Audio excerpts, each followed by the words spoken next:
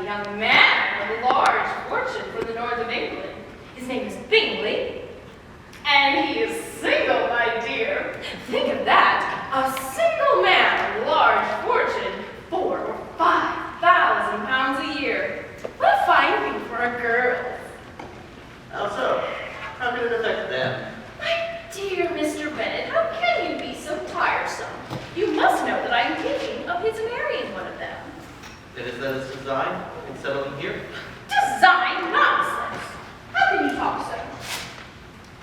But it is very likely that he will fall in love with one of them. Therefore, you must visit him as soon as you can. Consider your daughters, Mr. Bennet. Only think, what an establishment would be for one of them. Sir William and Lady Lucas are determined to go, merely on that account. And you must go, for it would be impossible for us to visit him if you do not. My dear, you are quite over-scrupulous. I dare say Mr. Bingley will be most pleased to see you.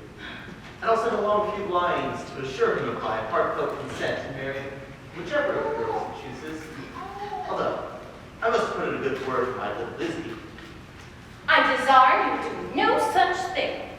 Lizzie is not a bit better than the others. She is not half as handsome as Jane, nor as good-humored as Kitty or Lydia. You're always giving her the preference. Not unless she deserves it. Poor little Lizzie is the only one I'm provided for. Lydia and the others have their place in the schoolhouse, and you yourself tell me that Jane is spoken for by Mr. Collins. Oh, that odious Mr. Collins. I wish he had never come here. I wish I might never hear his name again. Odious? Mr. Collins? I thought he had won your full approval. Oh, well, since he had to be your cousin, and since you will do nothing about the entail, I suppose it will be a mercy if he does marry Jane. But I do think, Mr. Bennet, that it is the hardest thing in the world that we have no son of our own, so that your property must be entailed away from your own wife and children. So that if you should die, we may all be turned out of the house whenever this Mr. Collins pleases. He certainly does seem to have all the luck in the world. He has just got this good living from that grand lady, Catherine de Bourgh. But, my dear, that luck is too yours, seeing as your own daughters are profited by it. Well, I don't know about that. But I do know that it is too monstrous that after you are gone, I shall be forced to make way for this man and live to see him master of this house. My dear, do not give way to such gloomy thoughts. Let us hope for better things. Let us flatter ourselves that I will be the survivor. If it were not for the entail, I should not mind it. Should not mind what? I should not mind anything at all. Well then, let us be grateful that you were spared from such a state of insensibility. However, it is a most iniquitous affair, and nothing can clear Mr. Collins of the guilt of marrying Longbourn. But you must admit that he's doing everything in his power to mend matters. Not only has he apologized handsomely, but he has promised to do everything in his power by marrying one of the girls to make it up to us. You must admit that this is most generous on his part. Well, I suppose it might be worse. Decidedly worse. I would think, with Jane so well settled, and with a young man like Mr. Bingley in residence, it'd be most cheerful. Mr. Bingley? Oh, we shall never know Mr. Bingley. Oh, Mr. Bennet, you take delight in vexing me. You have no compassion on my poor nerves. You're quite mistaken, my dear. I have a great regard for your nerves. They're old friends of mine. I have heard you mention them with regularity. Oh, you do not know what I suffer. Oh, Papa, have you seen the copy of Rice's sermons? I've been looking all over. No, Mary, I haven't seen them.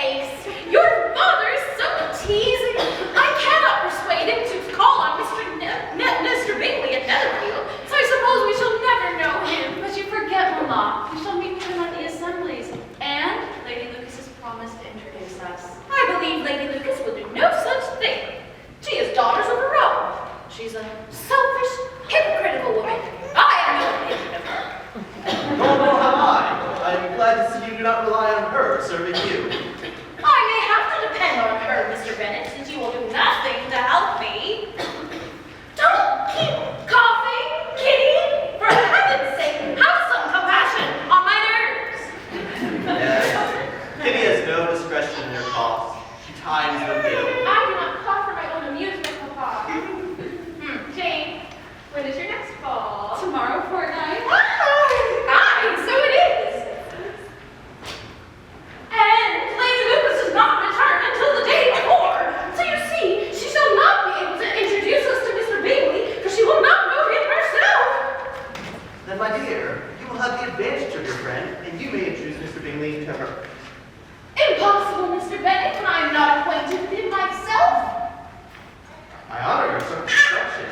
Friendly's acquaintance is indeed very little, but we do not venture. Somebody else will. If you will not take the office upon yourself, then I will. Oh, nonsense, nonsense. I am sick of Mr. Bingley. I'm sorry to hear that. Why did you not tell me before? If I had known so a week ago, I certainly would not have paid a visit to him. You have really called upon him. Oh, Mr. Bennet, how good in you.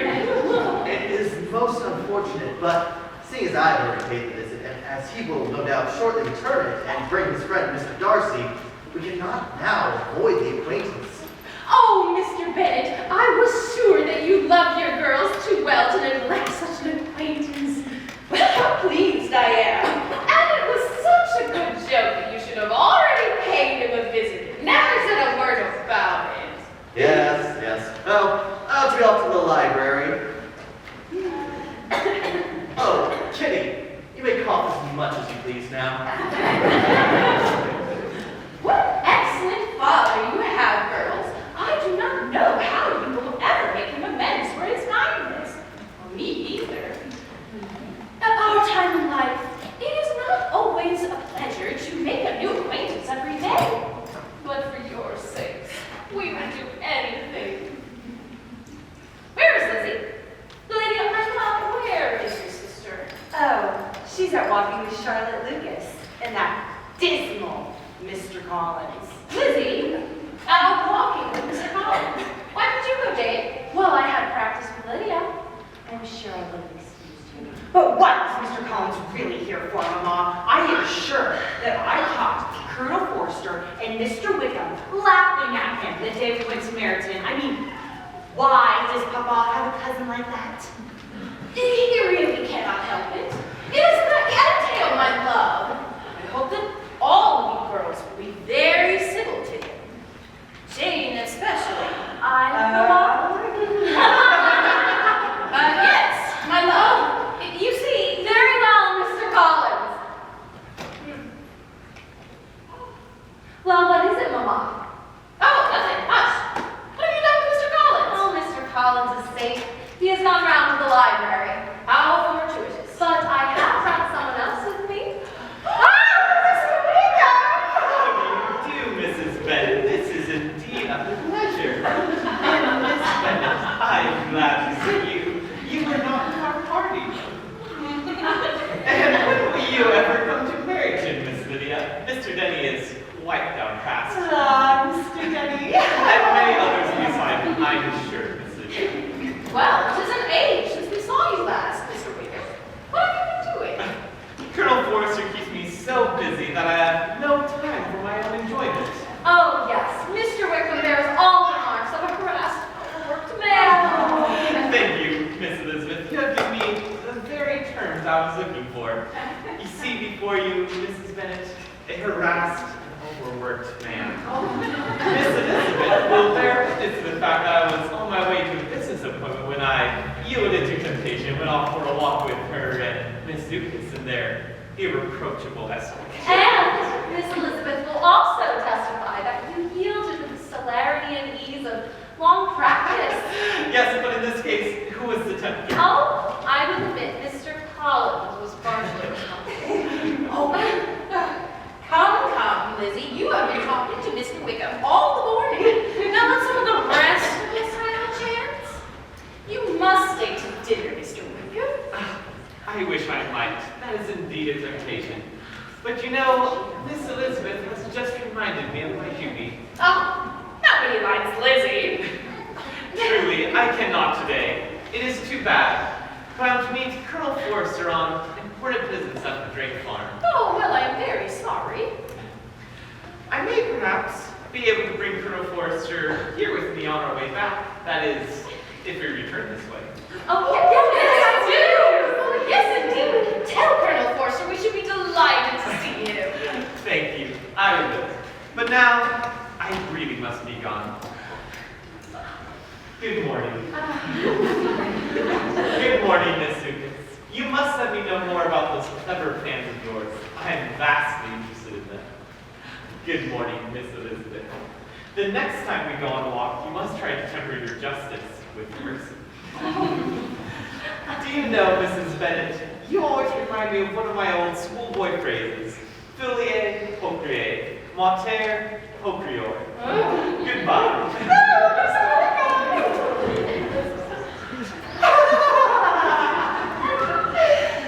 Really, Mama, you must speak to Lydia. She's too forward. Nonsense! You are jealous. Jealous? Of Lydia? No, she's no more forward than any of you. All you girls are crazy about Mr. Wickham. Though I can't wonder at it. He certainly is a most engaging young man. What were those French words he said to me on his way out? They were laughing together. He made a very charming compliment to our pretty mamma. He said, the daughters are lovely, but the mother is lovelier. Oh. You know, Papa said they're handsomer than any of us. Oh, well, I can say that I have had my share of brutity, but I can't pretend to be anything extraordinary now. Oh, Mr. Collins. I do not find Mr. Bennet in the library, madam. Do you know where he is? Really, Mr. Collins, I can't. Did you enjoy your walk? Oh, most assuredly, madam. The beauties of nature, not only in the landscape, but in the blooming countenances of my fair companions, made our expedition a peculiarly enjoyable one. Lovely. Oh, girls, we haven't told Charlotte and Lizzie the news. What news, Mama? Oh, nothing of consequence. Only your father has just told us we are to expect at any moment a visit from Mr. Bingley, our new neighbor, and that a friend of his who is stopping with him. Mr. Bingley? Oh, that will be entertaining. Do not you think so, Mr. Collins? What? Excuse me, Miss Elizabeth. On what subject did you ask my opinion? I asked if you didn't think it a very pleasant thing to meet new neighbors. Of course, Miss Elizabeth. If those neighbors are possessed of those qualifications which redound to their own credit and to the edification of their friends, but otherwise, as a clergyman, I most hesitate to my approval. You are sure, madam, that caution which should ever be exercised when my amiable young cousins are concerned. Yes, Mama, you really should be cautious. Nonsense! Why, Mr. Collins, we have found out all about them. Mr. Bingley and Mr. Darcy are connected with some of the most distinguished families in England. Mr. Darcy. Mr. Fitzgerald Darcy? Could it be possible that you're to be honored by a visit from him? Why, he is the nephew of my noble patroness, Lady Catherine Hoard. It is indeed true that I've not yet had the pleasure of meeting him, but he frequently visits his aunt, and she has promised to bring him on some occasion to inspect my humble abode. I'm surprised indeed by this civility on his part, for Mr. Darcy has the reputation of possessing a very natural pride of birth. But if your information is indeed to be relied upon, I think even Lady Catherine would consent my approval of this visit. So, I need no longer withhold my sanction, as long as my fair cousins will keep in mind the proper attitude of respectful humility which should be assumed towards a person of his superior station. We will promise you, Mr. Collins, never for one instant to forget Mr. Darcy's exalted position or our own insignificance. That assurance, Miss Elizabeth, I think even Lady Catherine would be satisfied. So I need no longer. That is the very attitude of mind I would desire. I think, with your permission, I will retire into the library. You may remember there was a volume of Fordyce's sermons that I was reading to you in this very room yesterday. But I do not find it in the library. Do you know where it is? I'm afraid not, sir, but I can go find it for you. Oh, no. Lydia will find your book. Lydia, my love, go and see if you can find the sermons for Mr. Collins. So I don't know. Let me go fetch you a word. Oh, no, the couch, darling. Oh, no. Listen, get the metal of your shoe. Oh, Mary. Oh, we mustn't say about the chickens. Okay, sister. And for the last time, Kitty, stop that horrid coughing. Oh, I was after a Lydia, you lady. It is no trouble. Lydia, Now, I insist.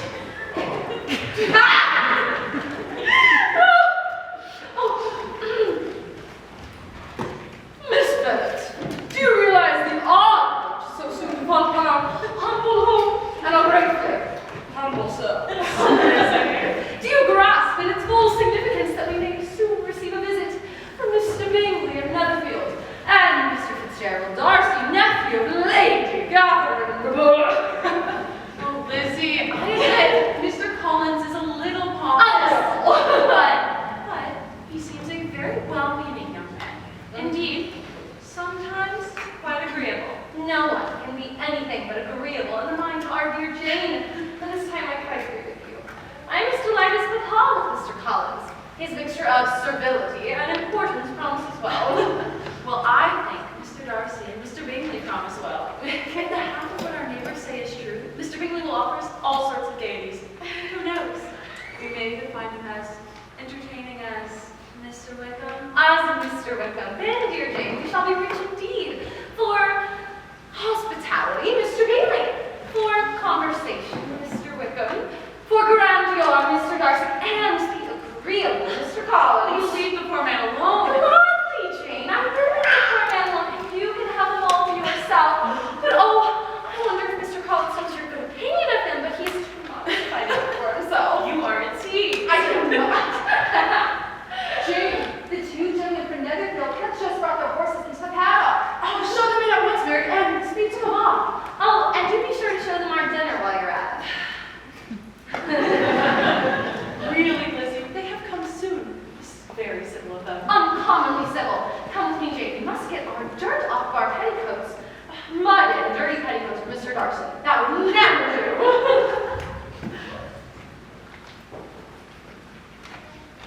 Do you know, Darcy, I believe that was George Wickham we saw just now going toward the Drake farm. I believe there's no doubt of it. But what is he doing here? Probably his regiment station at Paris. No, Darcy, you don't mean it. I confound it. If I had any notion of that, I don't think we need mine. But I do mind. To think that I should bring you into the neighborhood of that rascal. You must go somewhere, I suppose. Yes, unfortunately. But Darcy, you are a puzzle to me. You are indeed. How can you speak with any charity of a man who for years abused the patience and generous kindness of your father, and who so lately has attempted against your family the most dastardly... I actually have said enough of George Wickham. I prefer not discussing further. Bingley, I entirely understand your reputation. In fact, assured so fully I dare not think the man's going. It's best for me not to speak then even to you. I am sure. I beg your pardon. It's rather for me to beg you.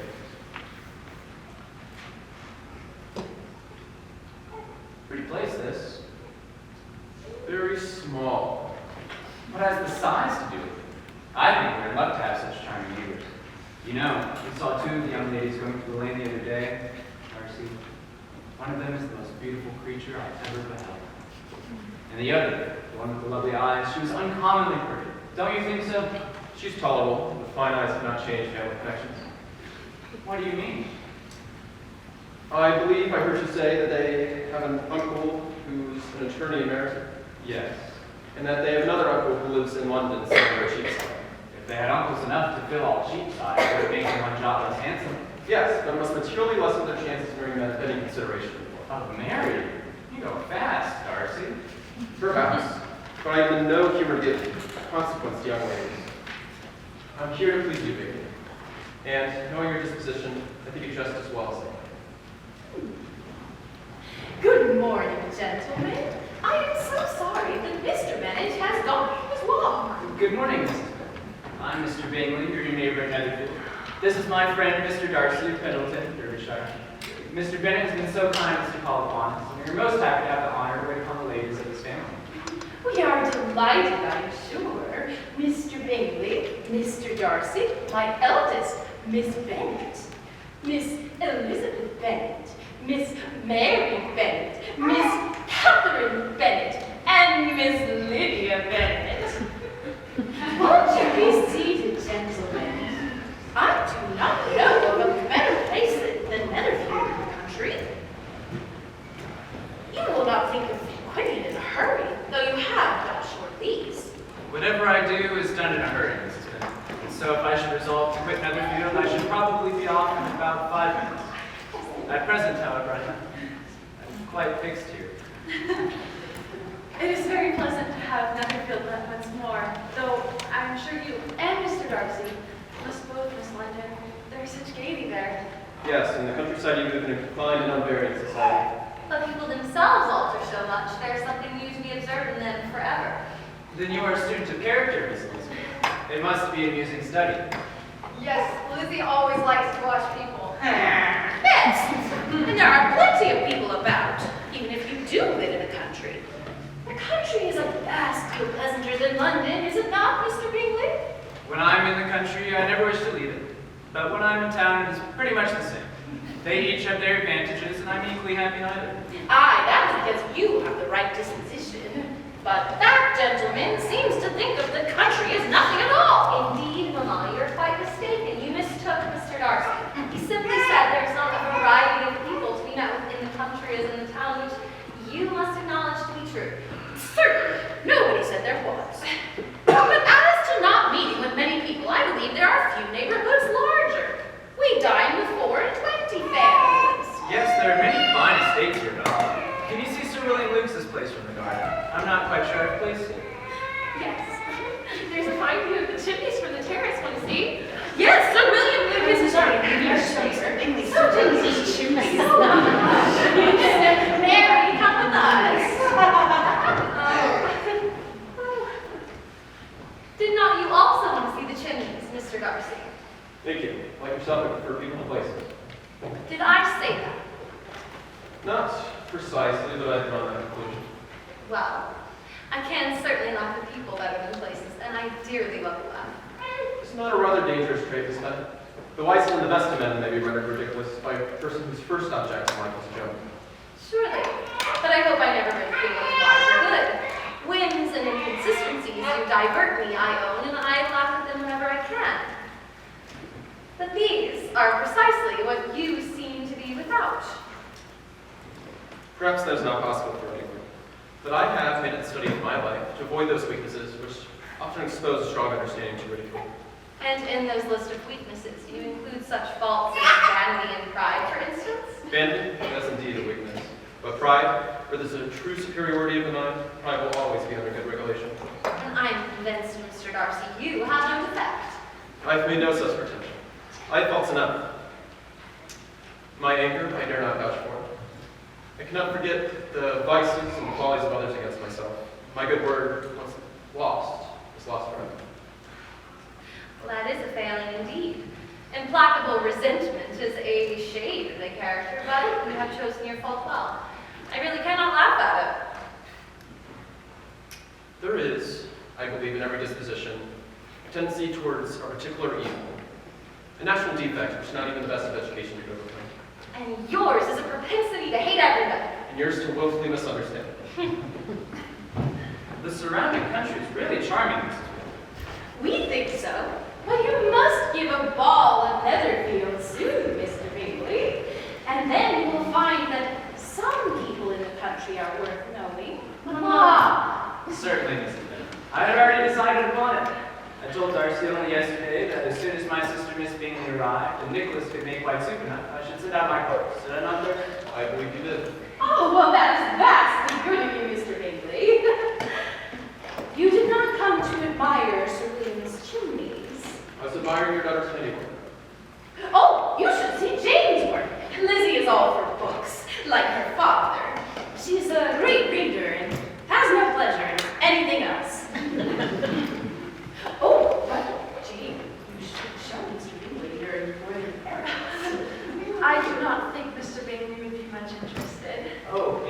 should, Miss Bennett. I am very much interested in Paris. Great. Show it to me. Yes, and a new hand screen. I will find it for you.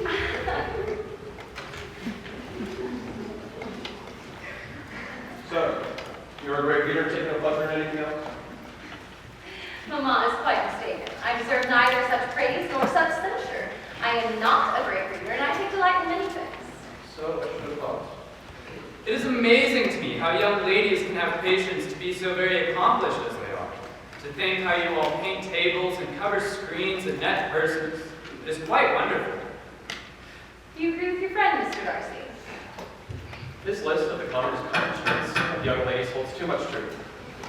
But I cannot boast of knowing more than half a dozen young ladies in my whole range of acquaintance who are really accomplished. Then you must comprehend a great deal in the idea of an accomplished woman. Perhaps. To deserve the word a woman must have a thorough understanding of music, singing, drawing, dancing, and the modern languages. She must also possess a certain something in her air, her tone and address, the way she walks. And to all this she must add something yet more substantial to the improvement of her mind through extensive reading. I am no longer surprised at you knowing only 6 accomplished women. I rather wonder at you knowing any. Oh, Mama! Colonel Foster and Mr. Wickham are here. Oh! Here I am again, Mrs. Bennett. I found that Colonel Forster had a message for the young ladies. Oh, I'm delighted to see you. You have just arrived to meet our new neighbors. Colonel Forster, Mr. Wickham, Mr. Bingley, Mr. Darcy. If ever there was a proud stick man. Mrs. Bennett, I'm sorry we can't wait for Mr. Bennett. We're on the way to meet my steward, and we're already late for the appointment. Oh, well, I'm very sorry. We must engage you for dinner soon. It will be a pleasure. Oh, your best way to the palace by the terrace. Oh, my dear sir, I trust you will pardon me for not having paid my respects before. My total ignorance of your presence here must plead my apology. I was not informed. Is there any message, sir, which I can take from you to my honored patroness, your aunt, or to your fair cousin, Mr. Board? Thank you, I will not trouble you, sir. Oh, it would be no trouble, but an honor and a privilege. We're already very late. Jake, yes, we have no time to lose.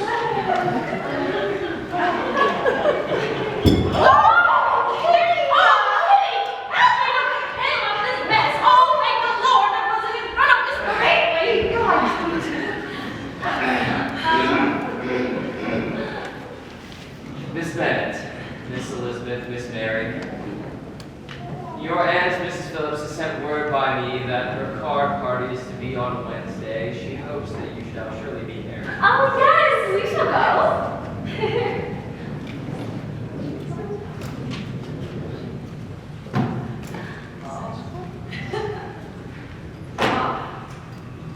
Miss Elizabeth, this is the song you promised to play for me. Oh. Pray, sing it now. Oh, very good. If I just put you a moment. Colonel Forster, you must excuse me a second. Jane will play for you instead. Oh, Lizzie, I cannot. Please. Miss Bennett. Jane. Very well.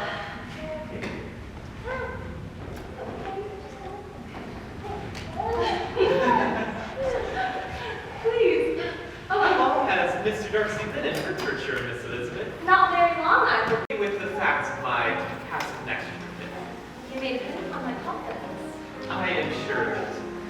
Mr. Darcy and I were born in the same parish. My own father, who, to be frank, was steward of the Darcy estates, gave up everything to serve the interests of the Darcy's family. Mr. Darcy's father was excessively attached to me. Indeed, I was his godson.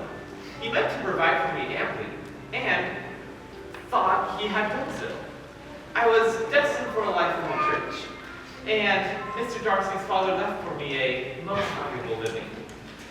But the present Mr. Darcy chose to ignore his father's will and gave the living to another man. This closed off for me the career for which I was most suited, and left me with almost no means of support. This is so shocking. Why did you not seek legal redress? There was an informality in the terms of the will which gave me no hope from the law. Mr. Darcy's father had relied implicitly upon the honor of his son. But this is quite intolerable. What could have induced Mr. Darcy to behave so cruelly? I must attribute it in some manner to his his jealousy. His father's uncommon attachment to me irritated him. But the fact of the matter is, as you can see, Miss Elizabeth, we are very different men, and he hates me. His disposition must be dreadful. I will not trust myself on that subject. To treat in such a manner the godson, the friend, the favorite of his father. How abominable. And yet, Miss Elizabeth, we must try to be just to him. Mr. Darcy has many good qualities. He can be both liberal and generous. He also has a brother's affection and pride, which makes him a careful guardian of his sister. He has a sister. Yes, you will hear Mr. Darcy cried up as the most attentive and best of brothers. Oh, Mr. Darcy can please when he chooses. Among his equals, he is a very different man from he is to us, less prosperous. Contemptible.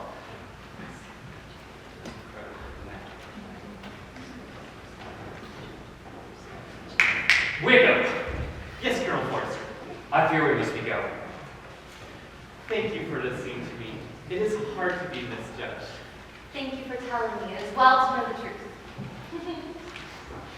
Well, Miss Elizabeth, I hope we shall see you at your aunt's card party on Wednesday. Good morning. Miss Bennett, Miss Mary, thank you for the music. Good morning.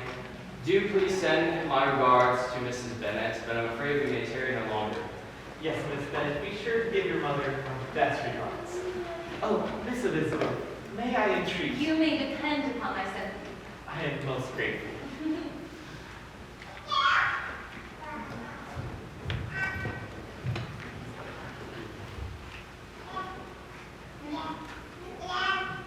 Oh, have they gone? Madam, I am just returned from attending on Mr. Darcy. Such a privilege. He was most condescending. I was able to tell him that Lady Catherine was very well on Saturday night.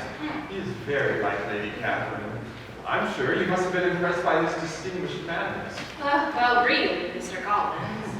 Oh, this meeting is most opportune. Will you kindly step this way for a moment?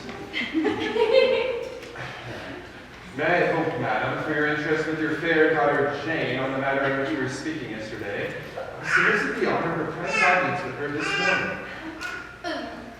Certainly, Mr. Collins, but there have been some changes since then. Some things have happened. I think it right to tell you that Jane is very likely to be soon engaged. But there is Elizabeth. I cannot possibly say. I don't think that I can answer. But I don't know of any prepossession in her case. I'm sure she will have no objection to it. Well, then Miss Elizabeth, let it be, madam. I was struck by her attitude of respectful awe when I mentioned the Lady Catherine de Bourgh. Such modesty and humility of mind can only but recommend her as my patroness. Yes, my daughter Elizabeth knows what is proper. She will be very happy to listen to you. Okay. Shall I call her now? I think, madam, there should be no further loss of time, as my leave of absence only extends to this coming Saturday. Very well.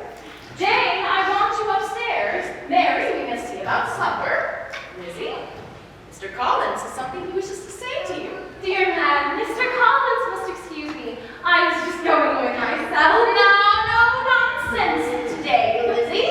I must insist that you stay and listen to Mr. Collins. He has something very particular he wishes to say to you.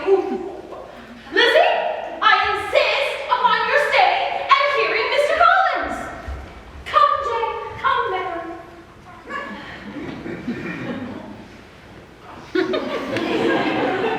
Believe me, my dear Miss Elizabeth, your modesty so far from doing you any disservice rather adds to your other perfections. But allow me to assure you that I have your respected daughter's permission for this address.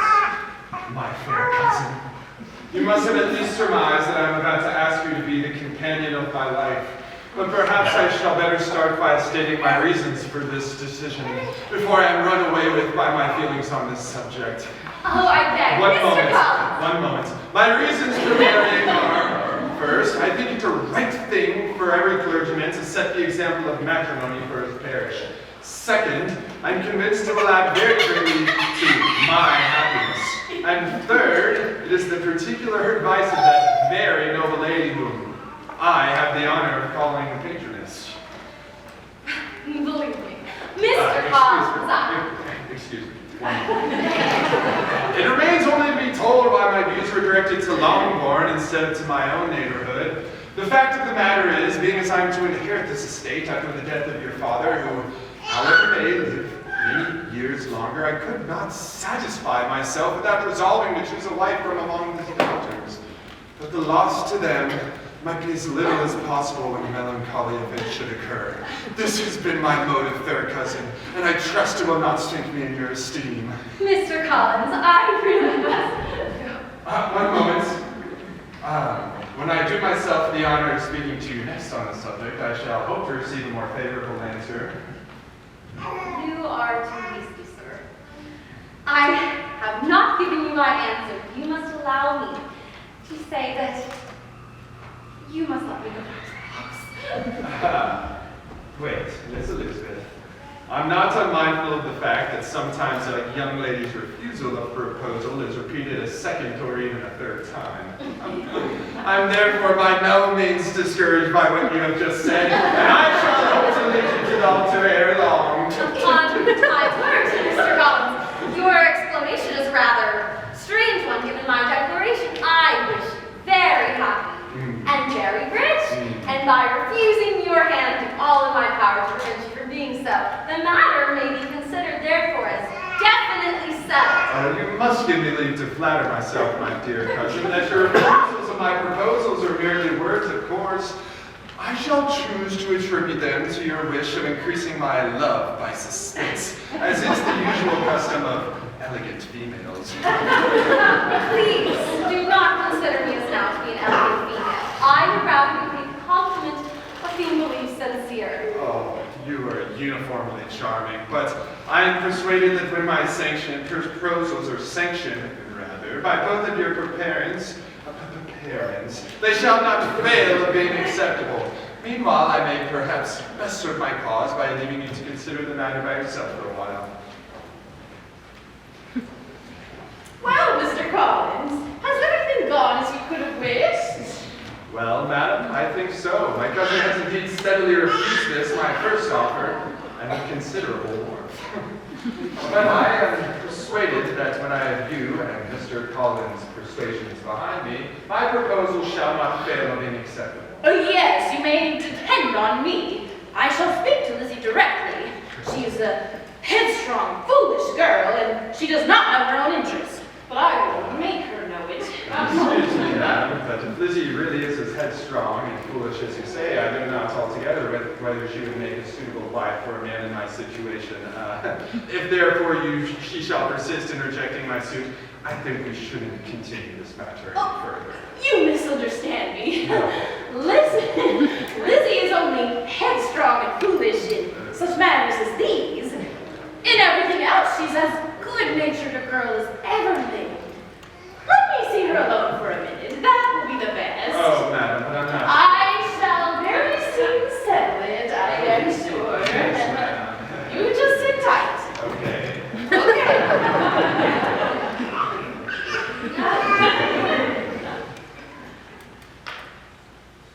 Lizzie! What is the meaning of this? Have you refused Mr. Collins? Yes, Mama, but listen. No, I will not listen.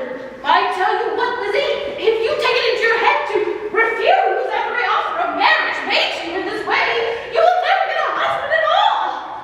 I am going at once to the library to speak to your father. You listen to him, perhaps. Oh, there he is. Mr. Bennet. Oh, Mr. Bennet. Mr. Bennet, you are mounted immediately. We are all in an uproar. You must come and make Lizzie marry Mr. Collins, for she vows she will not have him. And if you do not make haste, Mr. Collins will change his mind and not have Lizzie. I have not the pleasure of understanding you. What are you talking about? Of Mr. Collins and Lizzie. Lizzie declares that she will not marry Mr. Collins, and Mr. Collins begins to say he will not marry Lizzie. Lizzie, I thought it was Jane. No, it's I see. And what am I to do on the occasion? Seems a hopeless matter. Oh, speak to Lizzie. There she is. Tell her you insist upon her marrying him. Come here, child.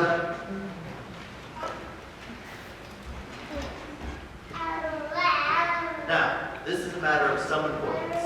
I understand Mr. Collins has made you an offer of marriage. Yes, Papa, he has.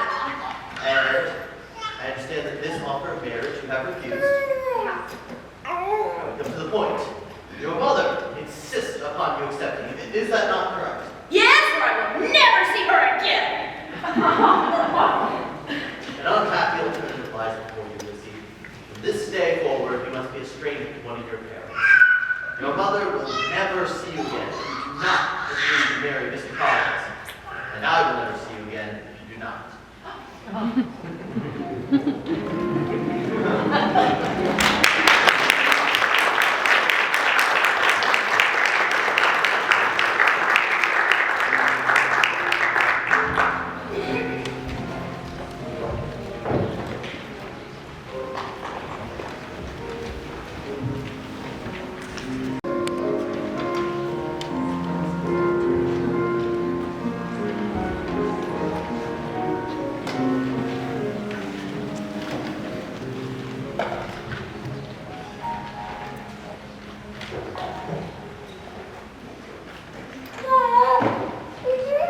Nicholas, please remove these tables from the ballroom. Yes, sir. Wait, Nicholas. Make sure you put them by the kitchens where they can be reached easily. Yes, sir. Wait, Nicholas. Pardon me. Make sure you put them by the kitchens and out of the way of the guests. Everything must be perfect. Yes, sir. Well, Darcy, do you approve of the arrangements? Have you anything to suggest? Any criticisms? I have no criticisms of your arrangements. But you have for the ball. Yes, I know. But still, I was really obliged to keep my promise. I'm glad to know that with you, promises and obligation. Oh, come, Darcy. I understand. Set your mind at rest. I'm going to London with you, although I must say I do not see the necessity for it. I think you are exaggerating the effect of any small attentions of mine toward Miss Bennet. However, we will cling together and fly a common danger. Common danger? Yes, common danger. I too have eyes. Where will you match the wit and vivacity of Miss Elizabeth Bennet? She's indeed charming, and were it not for the inferiority of her connections, I might be in some danger. But they form, for me, an insurmountable barrier against any possible trouble. Love, laughs, bars, Darcy. I won't. Really, it's not fair since it is my fault. You never had been put to this test if you hadn't been so good as to stay on here with me after that. Darcy, do you really think you should be silent about Wickham? Decidedly, I do not choose to lay my private affairs before the world. But the fellow is sailing under false colors. You do not know what the result may be. I really must speak of this again, Darcy, even at the risk of offending you. I'm truly concerned that foothold this rascal has already taken the Bennet family. What he's failed to accomplish once, he may succeed in again. These young ladies have no brother to defend them. Neither do they have the wealth to excite what children do. At any rate, I do not wish to be the one to enlighten him. Besides, I understand he's left her. Even so. Ah, here you are. Will you be so kind? Your sister Georgiana should be here, Mr. Darcy. Charles, you should have insisted on her coming. I'm not in the habit of insisting, Darcy. Indeed. Thanks. It is vastly pretty, Charles, but I am much mistaken if there are not some among us whose ball would rather be a punishment than a pleasure. If you mean Darcy, you may go to bed if he pleases. But Charles, it was certainly more rational if conversation instead of dancing were made the order of the day. Much more rational, my dear Caroline, but not near so much like a ball. Come, Caroline. We must be at our post. We will leave Darcy to make his mind if he will join us today.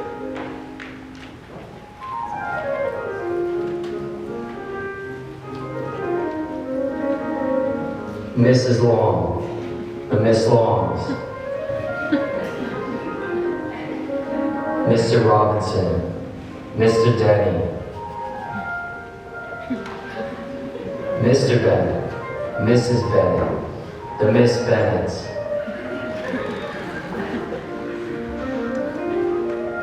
Lady Lucas, Miss Lucas, Colonel Is Forster. it Miss Lydia? Why did I hear for a moment? I want to tell you something. But Charlotte, why did I promise to dance with Mr. Darcy?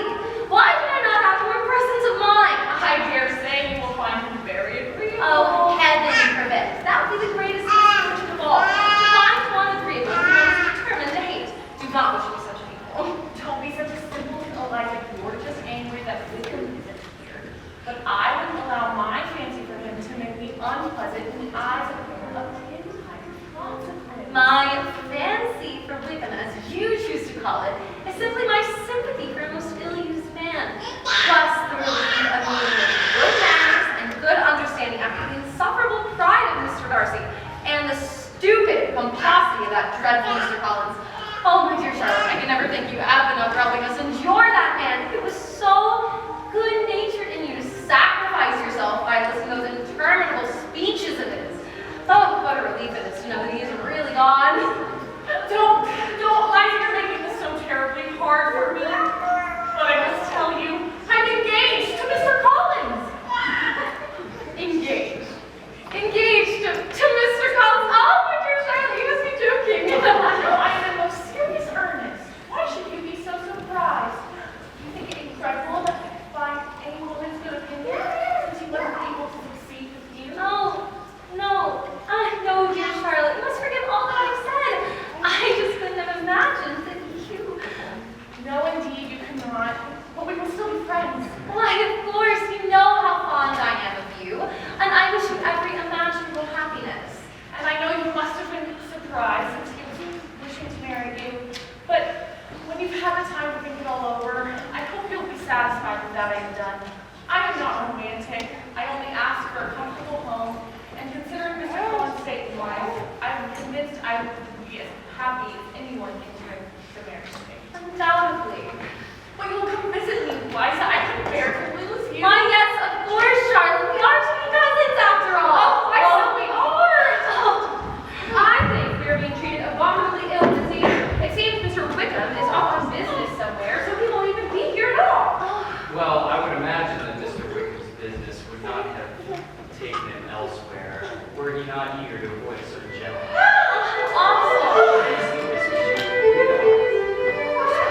Oh, my dear little Maria! I miss my partner. Come, Kitty, we will miss him all together.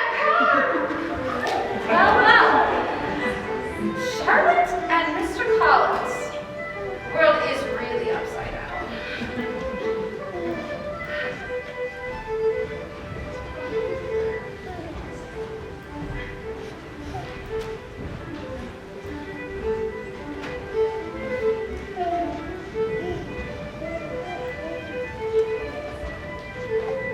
Do not feel a great inclination to study? You see such an opportunity to see some movie? Do you not enjoy the realist better? I heard you before, but I could not immediately determine what to say in reply. You wanted me, I know, to say yes, that you may have the pleasure of despising my taste. But I always like to overthrow that sort of scheme. I have therefore decided to tell you no, I do not want to dance with you at all. You now despise me if you dare. I do not.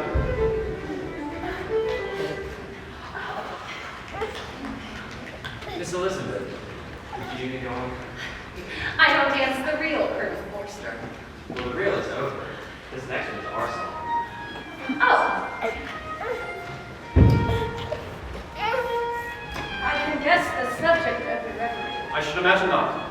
You are considering how insufferable it would be to pass many evenings in such society. Indeed, I'm part of your opinion, and I was never more annoyed. Against the pity and the noise, the nothingness, and yet the self-importance of all these people. What would I give to restrict you from them? Your conjecture is totally wrong.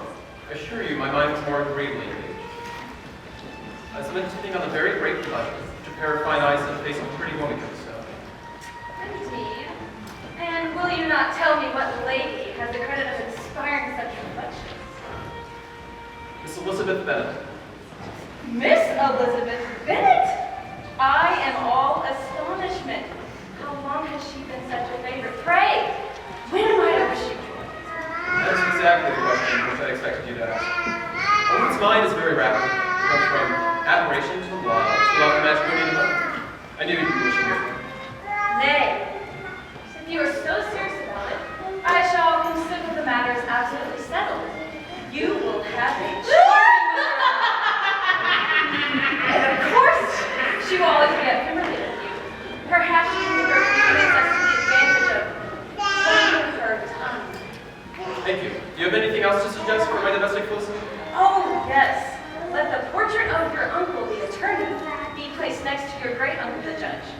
They are in the same profession, you know, only in different lines.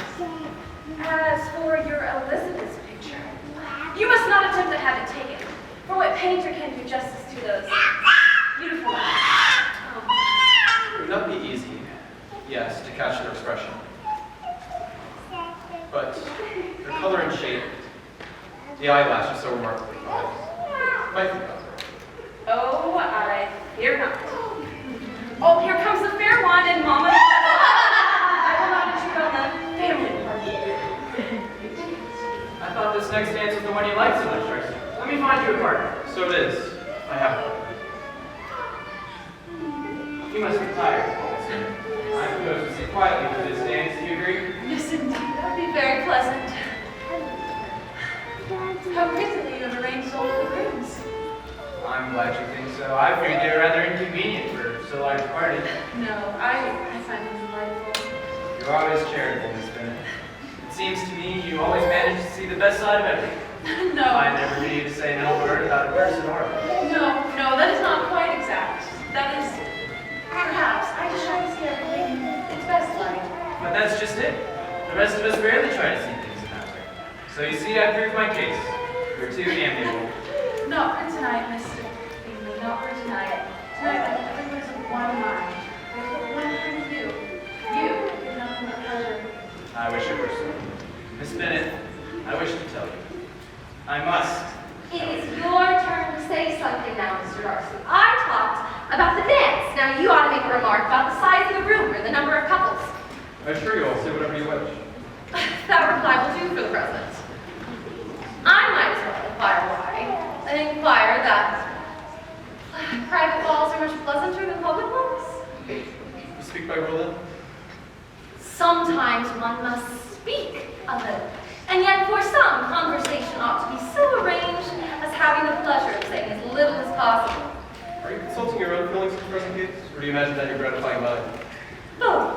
For I've always seen a great similarity in the turn of our minds. Each of us is of an unsociable, taciturn disposition, unwilling to speak, unless we will say something to amaze the whole crowd and be handed down to posterity with the eclat of a proverb. It's no striking resemblance of your own character, I'm sure. Once it is to mine, I cannot pretend to say. You think it a faithful portrait, undoubtedly. I shall not make judgment of my own performance. It is quite strange that Mr. Wickham is not here with us tonight. He is a great favorite among many of the officers and has so many friends there. Mr. Wickham is blessed with having such happy manners that you are sure of making many friends. Whether he's capable of retaining them or not is less to me. He has been so unlucky as to lose your friendship, and in a manner which he's likely to suffer from all his life. What a charming amusement for young people this dancing is, Mr. Darcy. I consider it as one of the first refinements of polished societies. So it is then. And it has the advantage of being in vogue amongst all the societies of the world. Every person can dance. Yes. Do you often dance at St. James? Never. You have a house in town, I conclude. I have not seen about fixing in town myself, but I did not feel quite certain that the air of London would agree with myself. But I must not further interrupt you, sir. I only wish to tell you once more how highly gratified I have been by your superior dancing. Allow me also to say that your fair partner does not disgrace you. It is a great pleasure to see you together. I must hope to have this pleasure often repeated, especially when a certain desirable event, my dear Miss Eliza, shall take place. What congratulations will then flow in! But let me not interrupt you. You will not thank me, Mr. Darcy, for detaining you from the bewitching converse of that young lady whose bright eyes are also upbraiding me.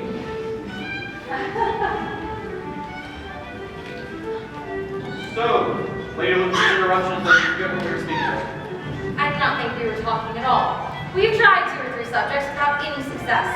What we are to talk of next, I haven't the faintest idea. What think you of books? Books? Oh no, I am sure we will never be the same, or not with the same feel.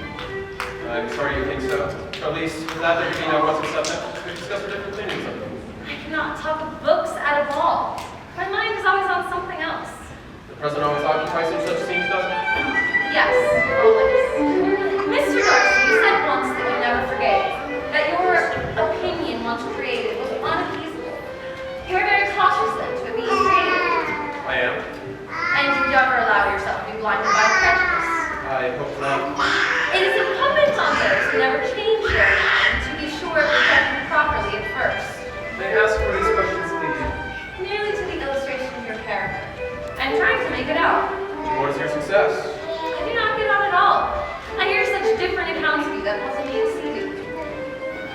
do believe that reports me very little, and I could wish, Miss Bennett, for you not to sketch my portrait at the present moment. There is reason to fear that the performance would have no effect on my life. If I do not take your likeness now, I may never have another opportunity. I would never suspend any pleasure. Oh, Mr. Darcy. Will you be so good as to go to Charles? He wishes very much to consult with you about some of the table arrangements.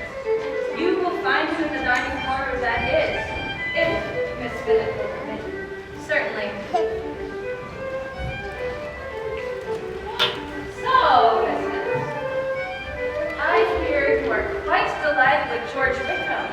He must have told you all a pretty tale.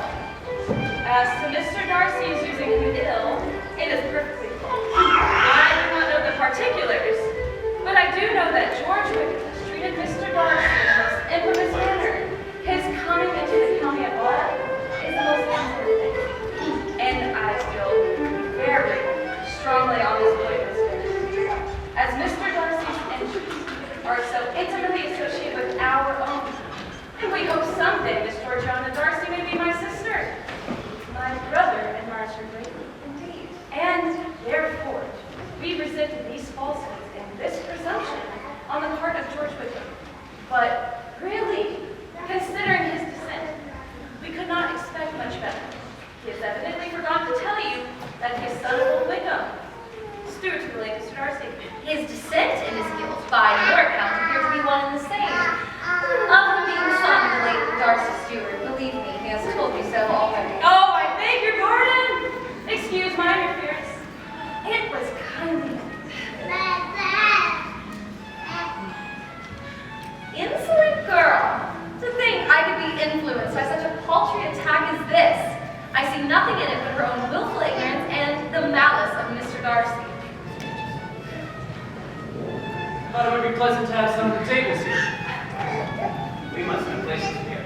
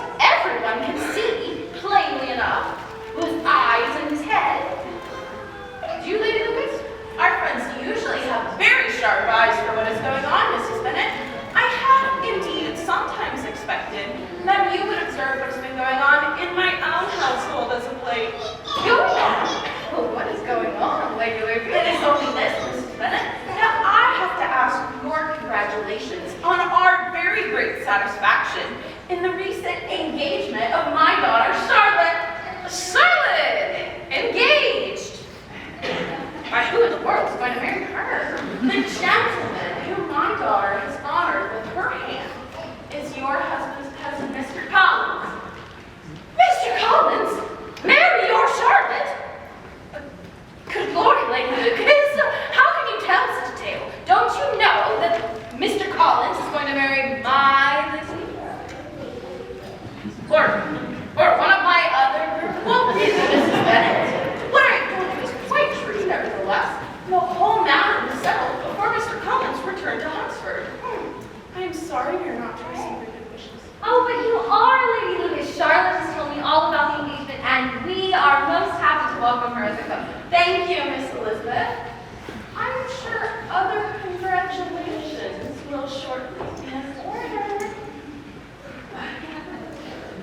So, Charlotte has told you that. I don't believe a word of it. Oh, hush. Well, I think that Mr. Collins has been taken in. Well, I trust they will never be happy together. I hope the match will be broken off. And you are the cause of this whole mischief, Lizzie. I think I've been barbarously used by you all. Ladies and gentlemen, I should like to propose a toast to our gracious host of this wonderful ball, Mr. Bingley. To Mr. Bingley. Yes, to Mr. Bingley. May our present merriment be but a foretaste of the happiness you shall both begin to receive in this community. To Mr. Bingley. And may I be allowed to further express the sentiments of this community by proposing another toast in which I am sure you will all join me with enthusiasm.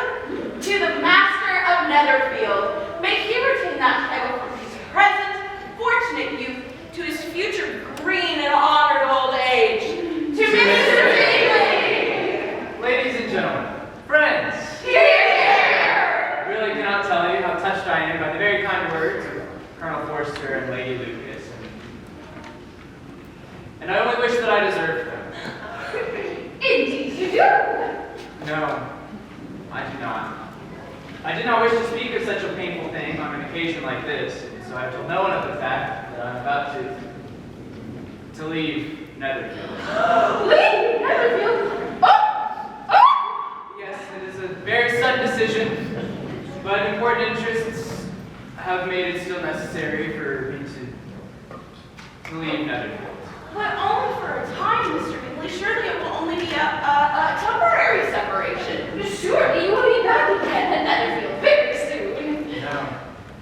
No, I'm afraid my returning at all is extremely uncertain. In fact, I expect to leave Netherfield permanently. Whoa! This is indeed a calamity. Oh, good Lord, Lizzie, what is to become of Jane? Oh, But my friends, nobody knows what may happen. We shall all undoubtedly meet again someday. And in the meantime, do not let what I've said spoil your pleasure. There's the music. We must have another dance together.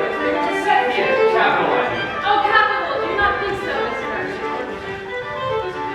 Miss Bennett, will you grant me the happiness, the final happiness of my stay at Netherfield? thank you, sir.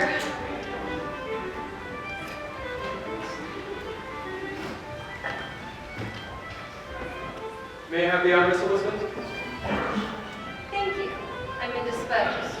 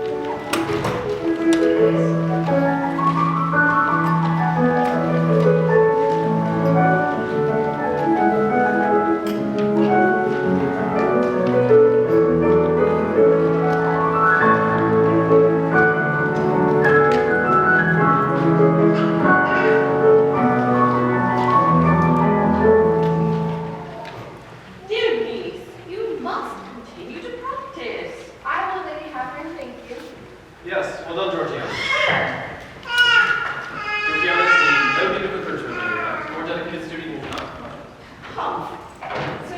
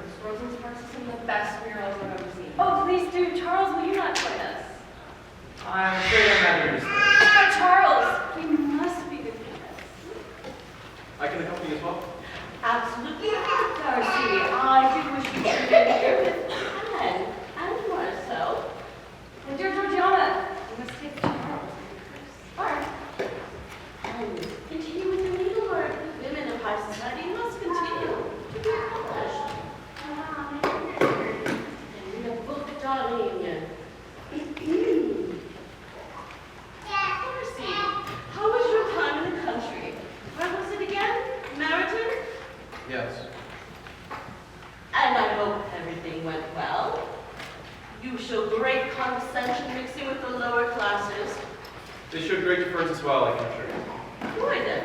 It is an excellent thing to know one's place in the world. But I have heard, Darcy, that you also helped a friend escape some danger. That could be said, yes. I'm not very well with you, Mr. Darcy. I wish my friend would see it so. Well, you should. You must teach him to respect you better.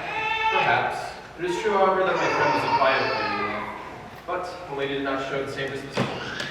Additionally, the lady's own connections as well as other inquiries in her family led to a character he did not want to be associated with.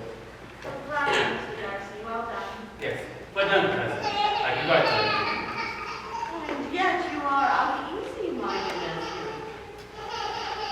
There was another I met there, and yet a woman of connections, as well as Mr. Darcy, do I understand you correctly as to be... And yet you will keep these feelings to yourself and never mention them again. Yes, please don't speak of this again, Mr. Darcy. You're not married. of course, I spoke ill. Please forgive me. Charles, you must tell Lady Catherine of how you enjoyed the murals. I'm certain, Caroline. She has heard their praises sung many times before. Still, it's good to have the sentiments repeated, especially if it's something you're doing. Oh, come, Mr. Darcy. Do not you think you could help me with some of my luggage? Could we have one of the servants help you with this? I could, but I would like to help you. Oh, do go home, remember it. The gentleman keeps it. I can come up as well. Oh, no. I believe that's You not... would be a great help. Mr. Bingley, you do look sad. Was it the murals that put you in such a sentimental state? No, Lady Catherine. Forgive me if I seem despondent. I'm merely recovering from a long journey. Then you can go in the rest. It's such a good pleasure. Thank you, madam, I shall. First, I must have words with Mr. Darcy, and I might help my sister as well. Of course. Georgiana, do tell us more about the piece you were playing earlier. Yes, of course. You know how much I love the piano. Yes. My Anne was never able to learn because of her health. But had she learned, I am certain she would have become a prodigy. Thank you, Mama. As I was saying, my brother... And it is also a pity that Anne was never introduced into society. But then, her marriage having already been planned, there wasn't much of a need. Unlike some. I don't quite understand you, honey. Oh, Georgiana, you know you could have done with a better, a finer education before being presented with the allures of the world. Madam, if you're speaking of Mr. Wickham... What else would I be speaking Aunt of? Catherine, I beg of you not to speak of this painful subject. And whatever not, your brother has been far too Aunt Catherine, to insult me is something different, but to insult my brother... Insult? Who said anything about an insult? I'm very sorry, Lady Catherine, but I must beg your leave as well as Anne. No, Georgiana. You may not go. You must Lady stay Catherine, with I do you. not bring injustice, and I must leave without your permission. Such insolence. Never have I met with a young woman who behaves so. And when you are married, you must remember not to behave as your cousin just has. Yes, Mama. Oh, it is time to change our plans for dinner. Come along, Anne. We must make ready. Of course, Mama.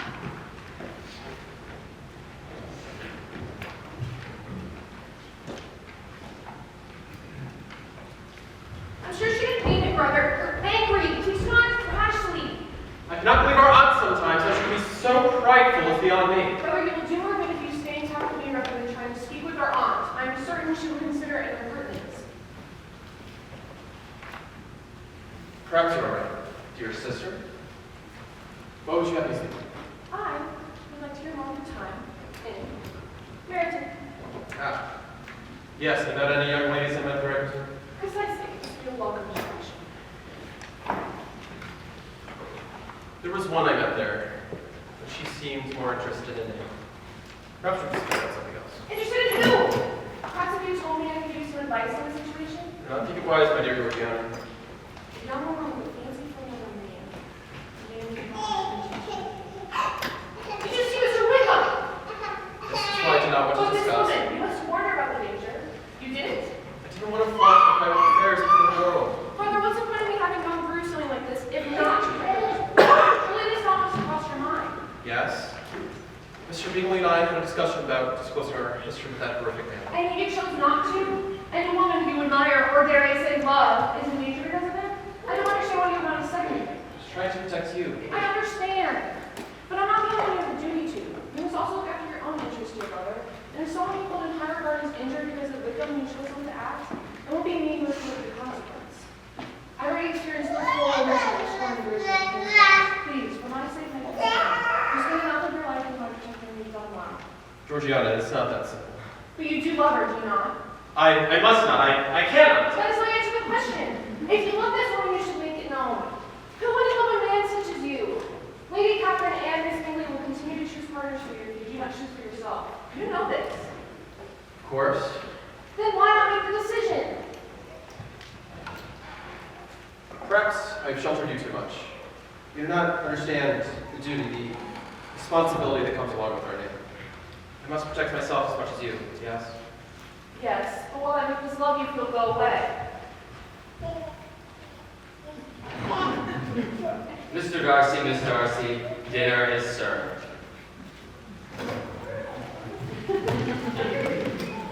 You'll be all right somewhere else good. Of course, her Miss Mrs. Collins are for dinner, so they play out don't know. Shall we go? Oh, Darcy, I've been looking for you. Might I have a word? You go on, Georgiana. I should be shortly. I wanted to speak with you about Caroline. Are you still here? Yes, of course. There's no reason on earth that you should have something to tell Mr. Darcy that you could also not tell me. I wanted to speak with him about Oh, your affection for David? Or perchance his affection for you? Miss Bingley. Caroline, you go too far. Yes, of course. See you at dinner.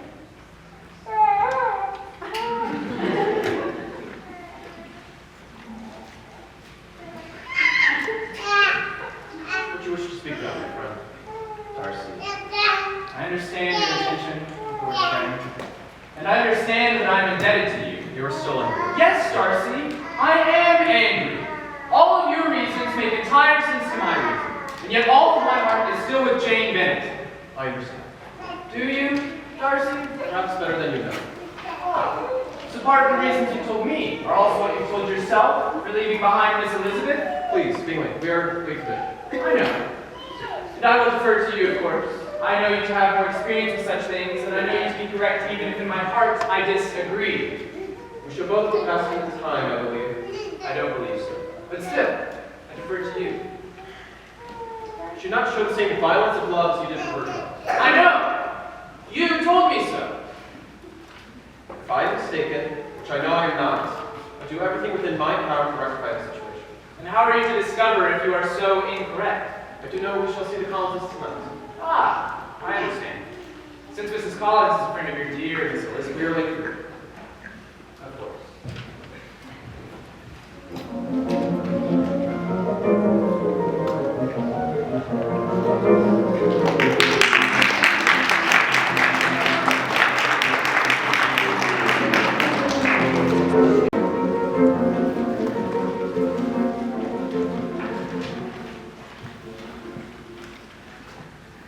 Is this the cluster you Christmas Bennet?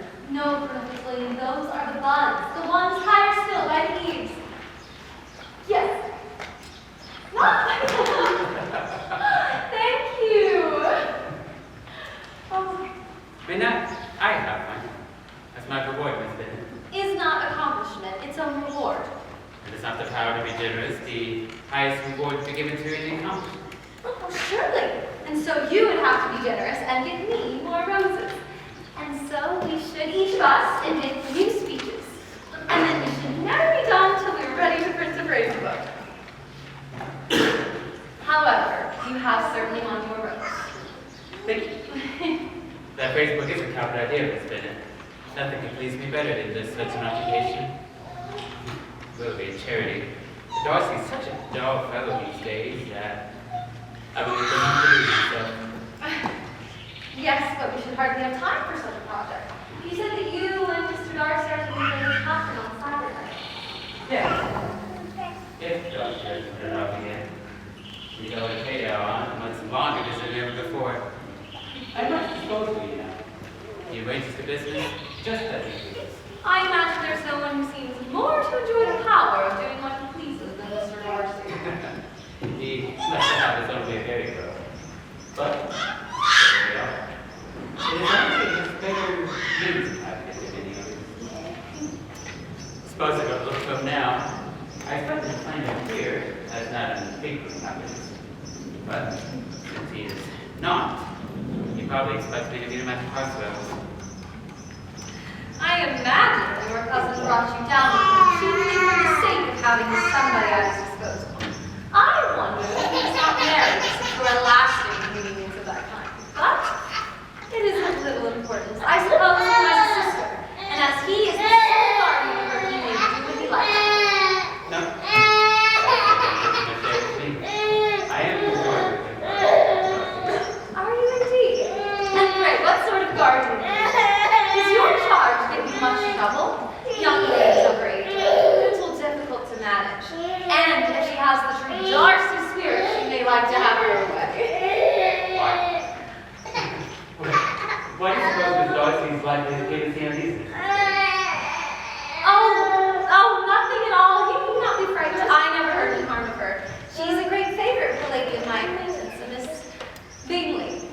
I think I heard you say you knew Miss Bingley. I know her a little. Her brother is a pleasant, gentleman-like man. He's a great friend of Darcy's. Yes. Mr. Darcy is uncommonly kind to Mr. Bingley and takes a prodigious deal of care of him. Care of him? Yes. I believe Darcy does take care of him. Something he has told me. I have reason to think Bingley is very much indebted to him. But, I beg his pardon for, I have no right to suppose that Bingley was the person meant.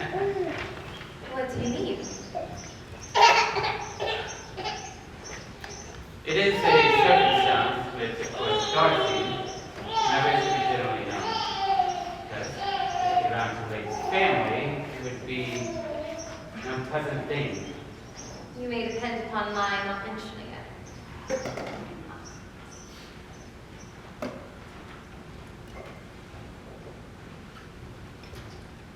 And remember, they have much reason to suppose it to be Bingley. But he told me simply this, that he congratulated himself on having lately saved a friend from inconveniences of a most bitter marriage. But without names or particulars.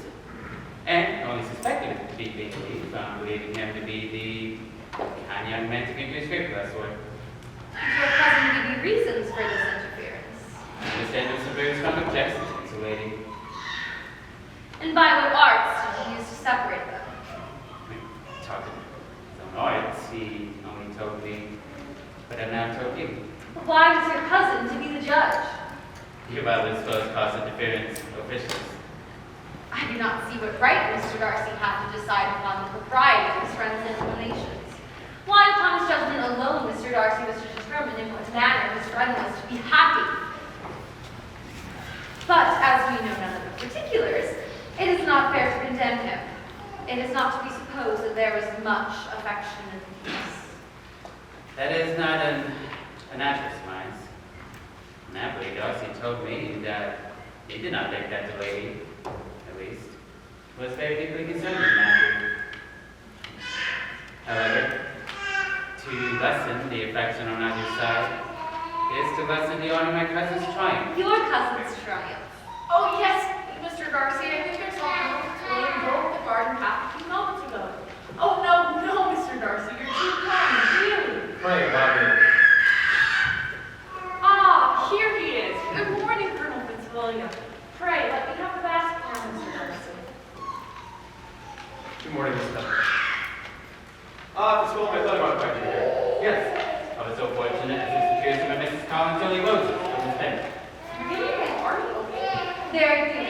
But Colonel Fitzwilliam was obliged to climb very near the sun to get me these. And indeed, I might avoid. Colonel Fitzwilliam, my daughter's one surprised so recently, Miss Bennett. Had there been others in the field? Ah, no, Mr. Darcy. I cannot lessen Colonel Fitzwilliam's achievement by admitting any such thing.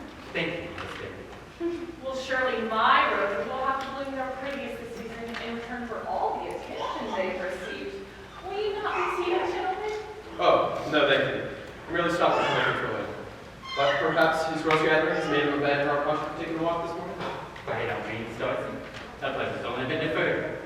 We shall go at once. If Mrs. Collins and Miss Bennet will pardon me this hasty call. Certainly, Mr. Darcy. Martha, are you there?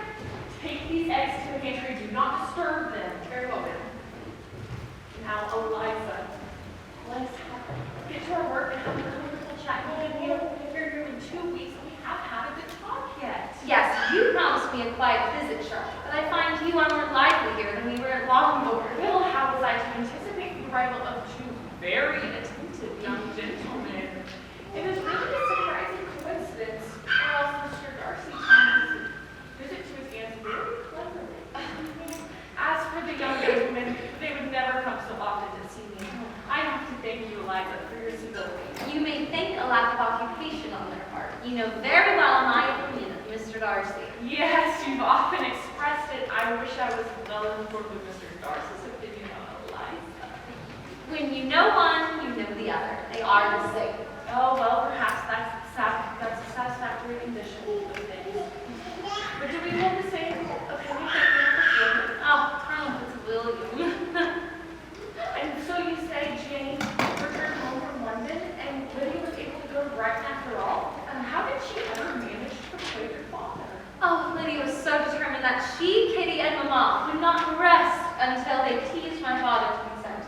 But I'm very sorry for it. Lydia is too foolish, too ignorant, too willful for any good to come of it. I only pray no harm will happen. And is Mr. Wickham still with the regiment? Yes, he's gone with them to Brighton. I hear he's thinking of marrying Miss Steele after she received a legacy of £2,000. I'd hate to think of our friends as a mercenary. A man in distressed circumstances has not time for the elegant decorums that we may observe. If Miss King does not object, then why should we? Her not objecting does not justify him. Have it as he will. He shall be mercenary, and she shall be foolish.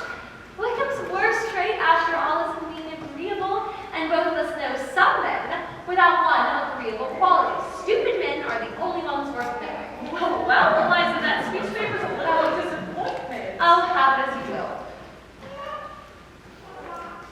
And you say Jane isn't feeling like herself? Yes. And is she looking poorly? Yes, very. Did she see much of the babies in London? No. Oh, my dear Charlotte, I have just had all my suspicions verified. Your suspicions? Yes, there has been an arrangement in all this. Jane has been kept away from Mr. Bingley by the Darcy family. Oh, Eliza, don't utter such nonsense. A young man like Mr. Bingley falls in love with a pretty girl, and after 2 weeks, accident separates them. Well, this inconstancy is very frequent. We do not suffer from accident, Charlotte. A young man of independent fortune does not suddenly decide of his own free will one day to think no more of a girl with whom he was violently in love. But was he so violently in love? Yes. I never saw a more promising inclination. Why, Mr. Bingley would look at no one else, would talk to no one else. Is not general incivility the very essence of love? It is usually a detest, but if Jane did not return his affections, I never saw Jane to be so affectionate towards Bingley. Well, I know she was very much in love with him, and she showed it as much as her nature would allow.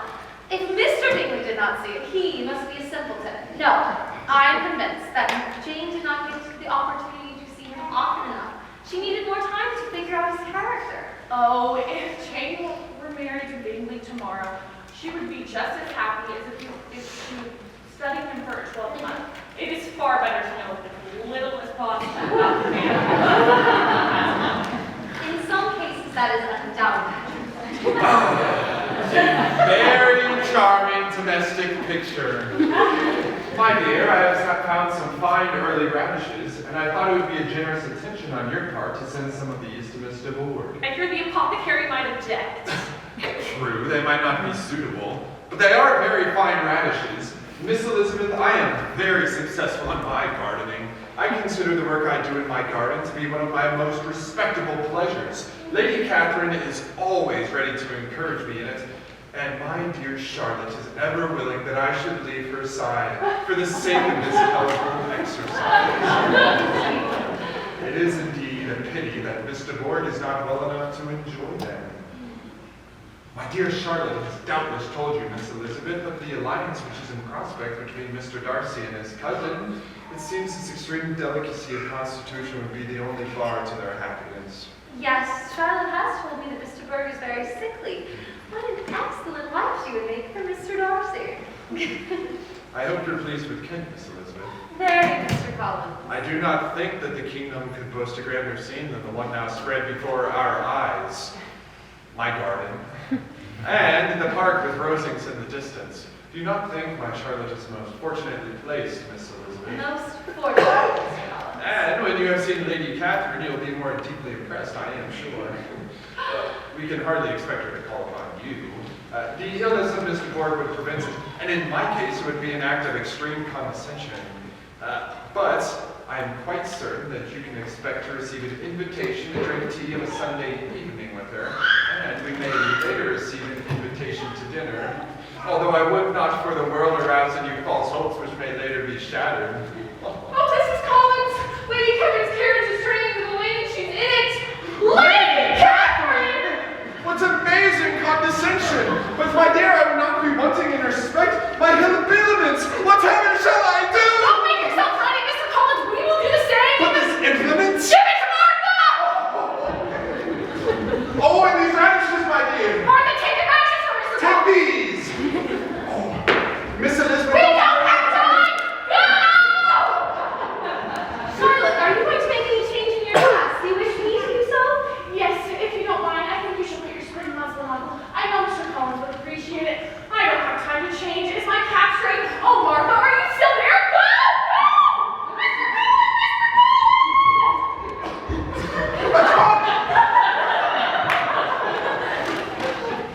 So at last, her high and only mightiness. No tremors, Elizabeth. Now is the time for all your courage.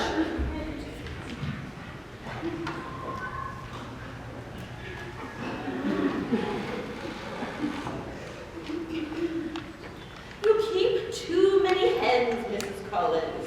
There is just a certain number which are possible, and after that, it is a waste. A clergyman's wife should set an example of thrift. You should have asked my advice. Oh, Mrs. Collins will in the future regulate your poultry yard according to your directions, your ladyship. Would you be so condescending as to give them?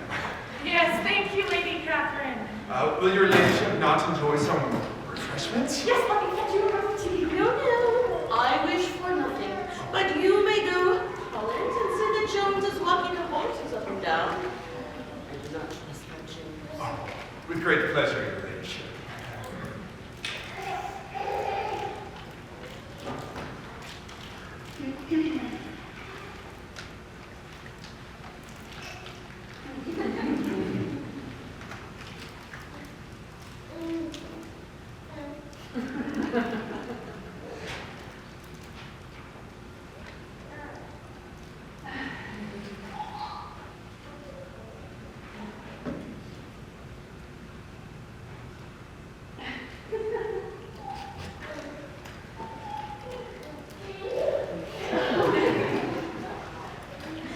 I thought you had a visitor, Mrs. Collins. Yes, it is my friend, Elizabeth Bennet. She is a cousin of Mr. Collins and a neighbor of ours in Hertfordshire. Yes, Miss William has told me about her. He says she is a very genteel, pretty sort of girl. Indeed, Lady Catherine. Well, where is she? She's just gone to make a change in her dress before presenting herself to you in your relationship. Oh, very proper. Very proper.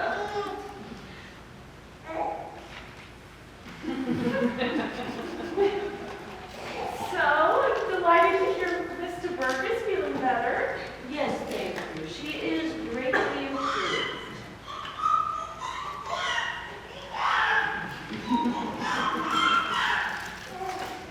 Well, Miss Bennet takes her time. I'm sure she'll be here any moment. Ah, here she is, Miss Elizabeth Bennet. Miss Bennet, how do you do?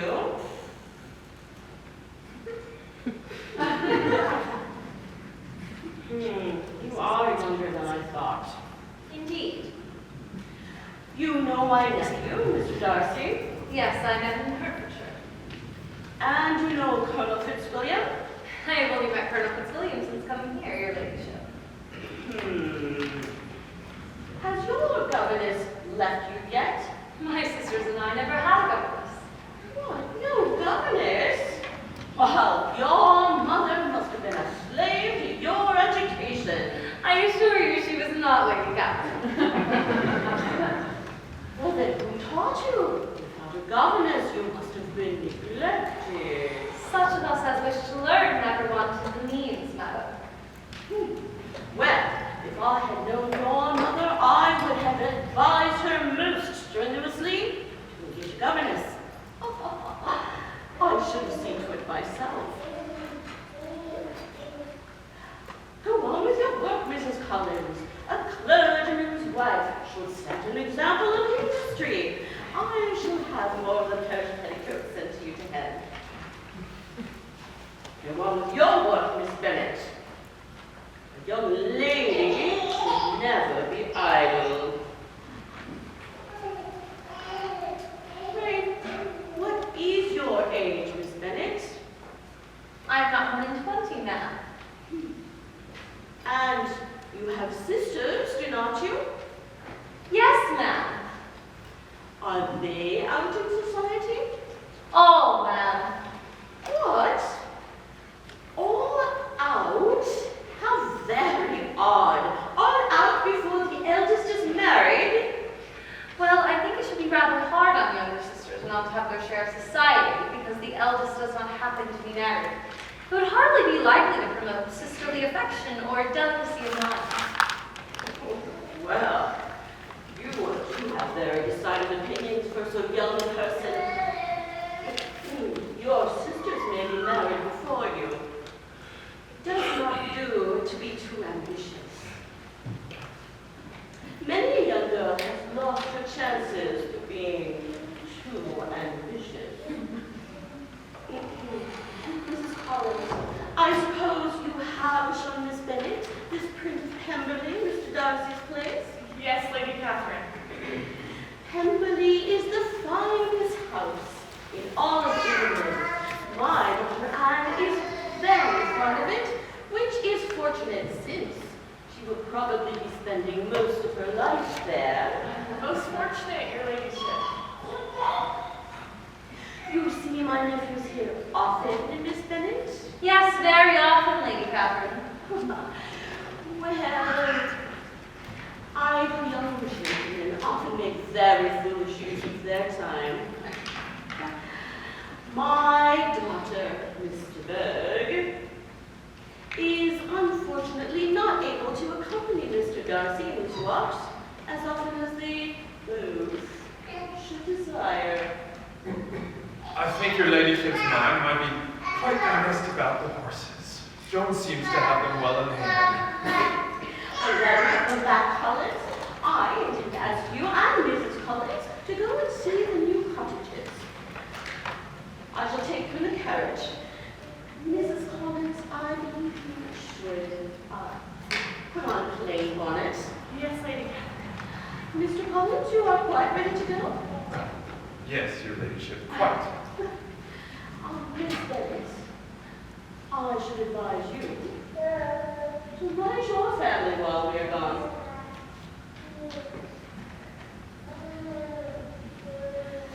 Yes, Mrs. Collins, about the hat? Oh, yes, that will do, Mrs. Collins. We won't be gone long, Eliza. I'm not so sure about that, but I have provided an occupation for Miss Bennet during our absence. Good morning, Miss Bennet. I may invite you over for dinner. Good morning, ma'am.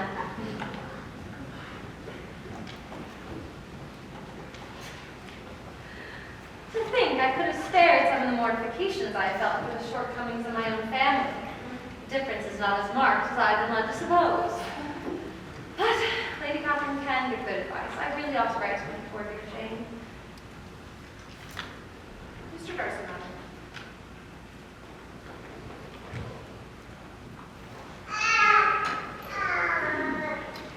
I'm here again, Miss Bennet. I saw Mr. and Mrs. Collins drive away with my aunt.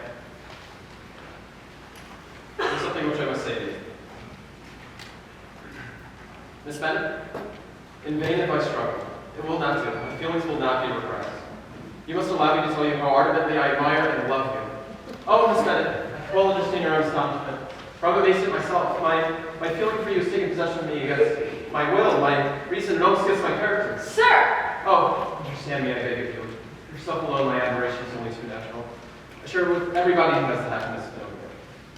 But, pardon me, for it pains me to offend you with the defects of your nearest relations, the lack of propriety so frequently betrayed by your family, has so opposed my judgment from my inclination that it has required the utmost force of passion on my part to decide.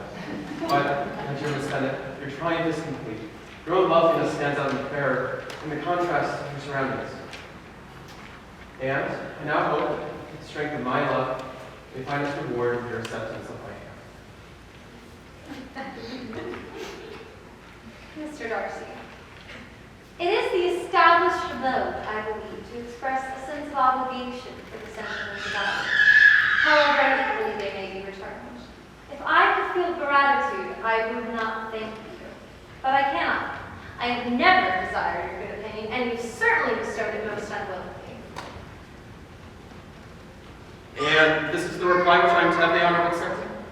I might wish to be informed as to why, with such little deferentiality, I was rejected. It is of little importance. I might as well inquire why, with so evident a design of insulting me, you chose to tell me that you liked me, against your will, your reason, and even against your character. Was this not some excuse for incivility if I was uncivil? I very clearly explained that the objections which appealed to my reason applied entirely to your family, in no regards to yourself. I am a part of my family, Mr. Darcy. And allow me to say that since I have had the opportunity of comparing my relations with your own, the difference is not as marked as I had been led to suppose. But aside from all question of either feeling or family, do you think any consideration would tempt me to accept the man who has been the means of ruining, perhaps forever, the happiness of a most beloved sister, and involving her in misery of the acutest kind? I have no wish of denying I did everything within my power to separate your sister from my friend. I did not indeed anticipate involving either of them in misery of any kind. On your sister's side, at least, I was never able to discover any peculiar symptom of regard for my friend. While, for every reason, I shall have to rejoice in my success with him, towards him I be kinder than towards myself. Your arrogance in calmly deciding the extent of other people's sentiments does not surprise me. It is of a piece with your whole nature, but long before it had taken place, my opinion of you was decided. Your character was unfolded to me in the recital I received months ago from Mr. Wickham. Mr. Wickham. What can you have to say on this subject? You take an eager interest in that gentleman. Who that knows what his misfortunes have been, can help but feel an interest in him. His misfortunes, yes, his misfortunes have been great indeed. And of your infliction, you have reduced him to his present state of poverty, comparative poverty. You have purposefully withheld the advantages that you know to have been designed for him. You have done all this, and yet you can treat the mention of his misfortunes with contempt and ridicule. And this is your opinion of me? This is the estimation on which you hold me? Thank you for explaining yourself so clearly. Perhaps, if I would divulge the truth regarding Mr. Wickham, I might give you as great a startle as you've given me. I do not wish to go into particulars, but out of justice to myself, I must tell you, that man who you consider a martyr is a profligate with the most vicious of propensities, a man who should have never entered your home, for his presence there is a source of constant danger. Mr. Darcy! I am ready to give you full proofs of all I have said here, Miss Bennett, while I would happily forget all the miserable circumstances myself, and no obligation less than the present would induce me to unfold them to any human being. Your behavior and the manner of my sister's concerns has given me a gauge by which I can measure your fairness to a man who's been so unfortunate as to offend you. My faith in Wickham is unshaken.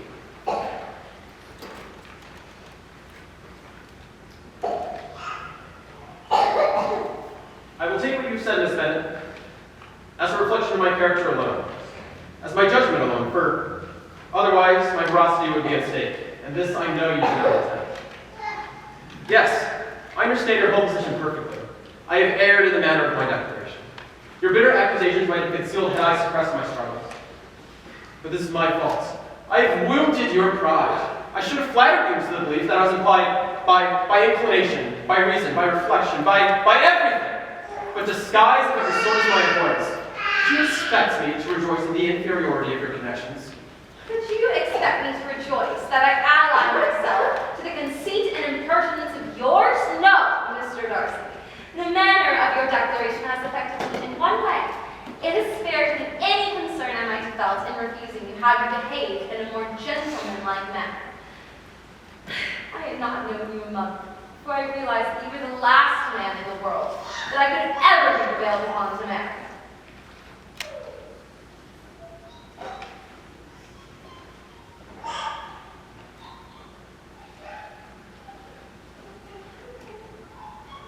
You said quite enough about it. I comprehend your feelings perfectly. I'm sorry for taking up so much of your time. And accept my best wishes for your health and happiness.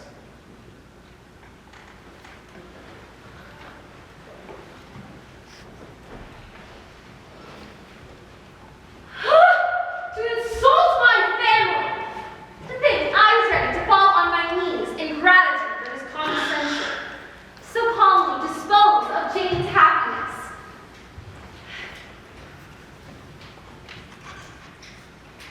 And yet to be in love with me, in spite of every obstacle. Oh, Jane, I wish you were here.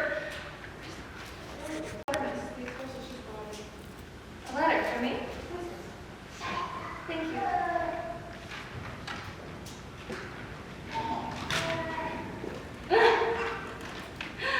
I'm Jane. What do we know her?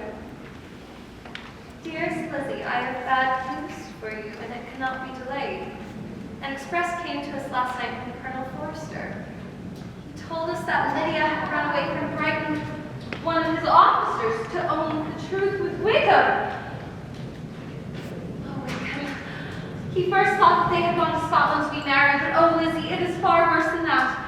We now know that Wickham never intended to go there, or to marry Lydia at all. Oh, Colonel Forster has been here today. He says Wickham is not a man to be trusted. He has left Brighton terribly in debt, and his record is bad in every way. Oh, Lizzie, our distress is very great. Our father is going to London with Colonel Forster instantly to try to discover the fugitives. It is hard to ask you to shorten your visit, but where's the express? I must write. No, I must go. Oh, I must send someone for a carriage at once. Martha, the express. Oh, Colonel Fitzwilliam, is that you? What's the matter, Miss? Oh, Colonel Fitzwilliam, I've received dreadful news from Longbourn in the carriage, or the express, and Mr. Collister, would you be so kind? Certainly. Please. Of course, but... Darcy, don't wait for me. I can't join you now. Miss Bennett's in distress. Miss Bennett, heavens, what is the matter? She just had bad news from home. She visits to return besides the carriage. You go for the carriage, Miss Dillon. Get one from the stables. I'll remain here. Shall I call the maid, Miss Bennett, a glass of wine? Shall I get it for you? No, there is nothing the matter with me. I'm quite well. I am just distressed. I have received some dreadful news from home. I'm sorry, Miss Bennett. Very indeed. Oh, Mr. Darcy, I should have believed you. You and others, but I could not believe it. What has happened, Miss Bennett? Tell it. And yet everyone must know my sister Lydia has run away with, has thrown herself into the power of Mr. Wickham. She has no money, nothing that can tempt him to, though she is lost forever. Oh, your sister and Wickham, this is my fault. I should have realized this danger. My own wretched experience with this man should have been told. Your experience. Yes, I hinted it to you today. Oh, but I should long ago have spoken boldly. What is it you mean?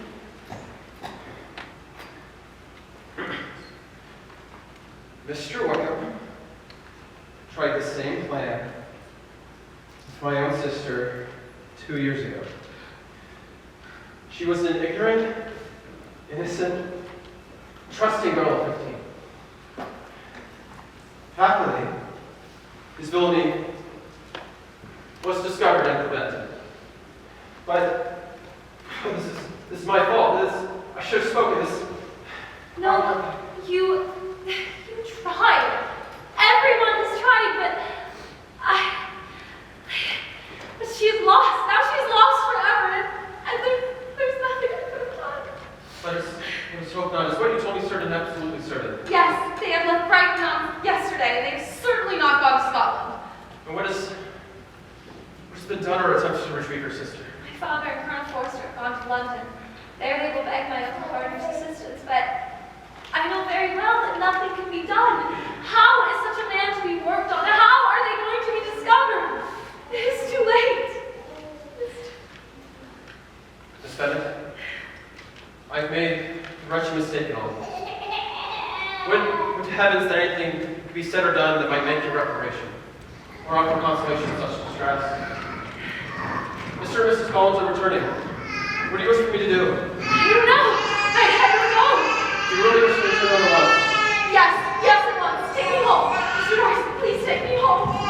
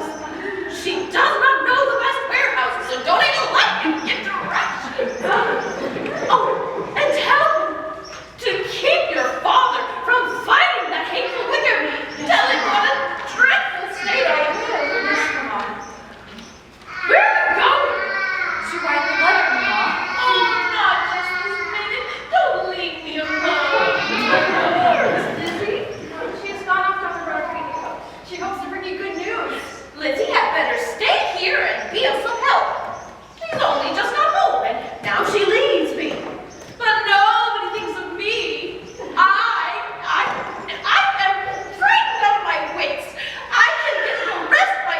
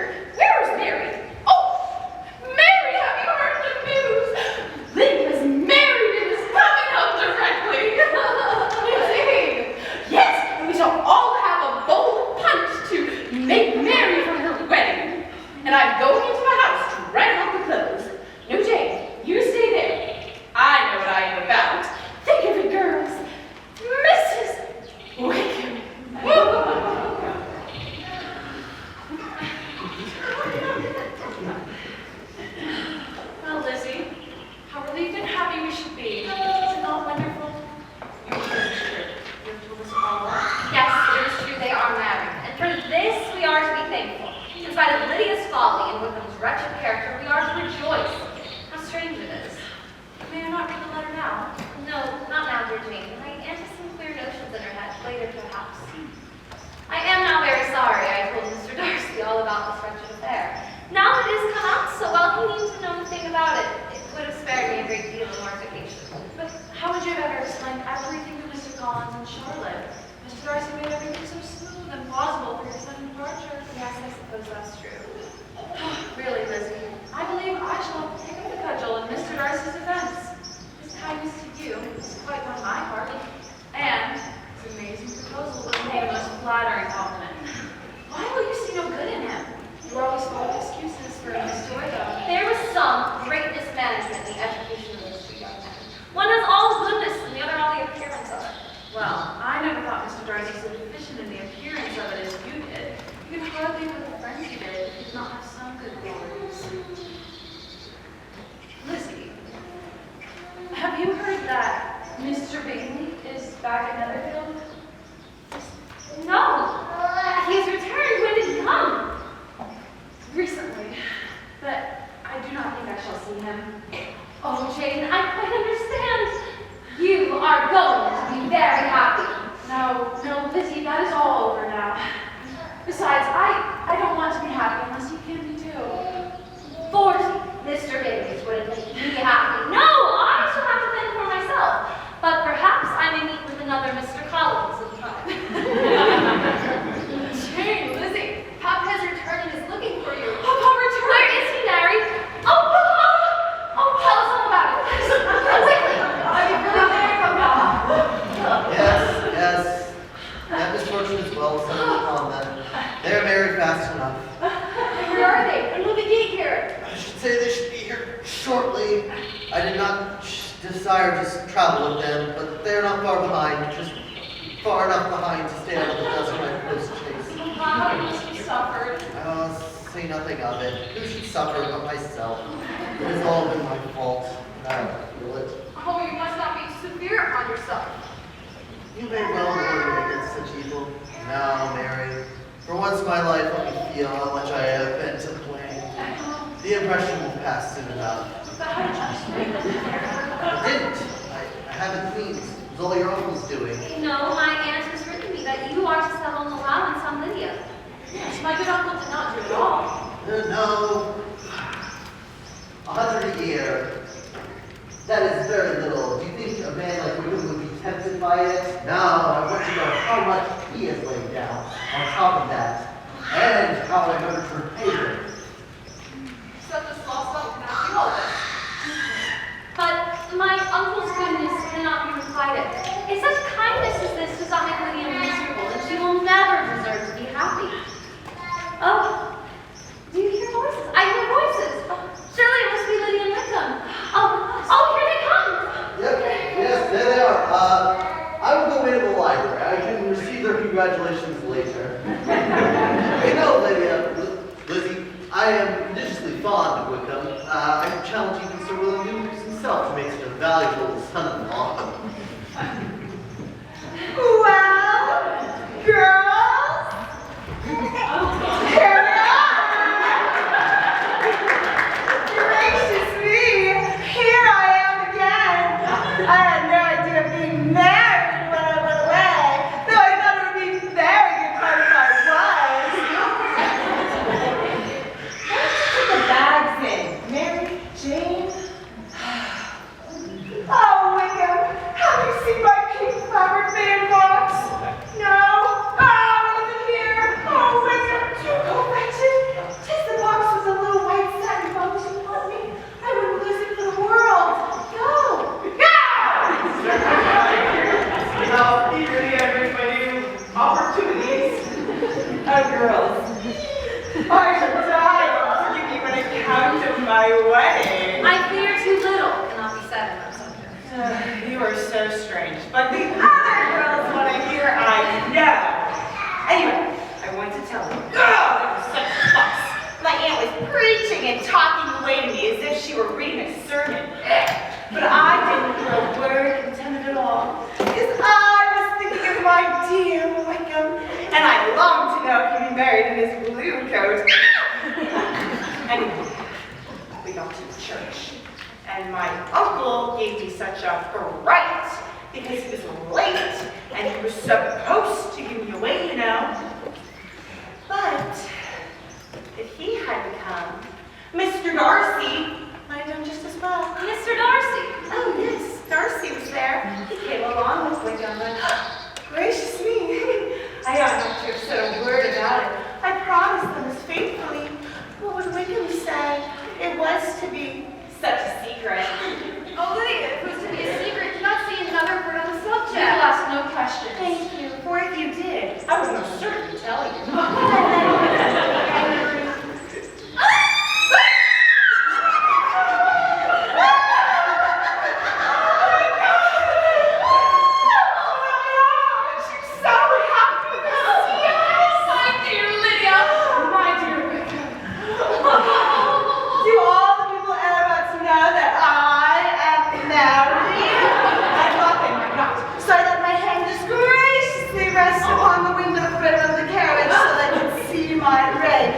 And then I bowed and I smiled like everything. You can be sure that everyone will congratulate us on our good luck.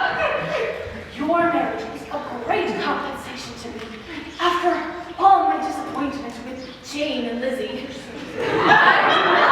Jane, she would have got Mr. Bingley if she could have. Yes, indeed. But Lizzie, oh Lydia, to think that right now she might have been Mrs. Collins. But how about your clothes? I have a lot already. You be sure that I'm not forgetting. But you did not know the best warehouses. Oh, well, we'll see that later. Now you must all come in and have dinner. You must be famished. Come, girls, come, my dear. Jane, I take your place now because I am a married woman. Will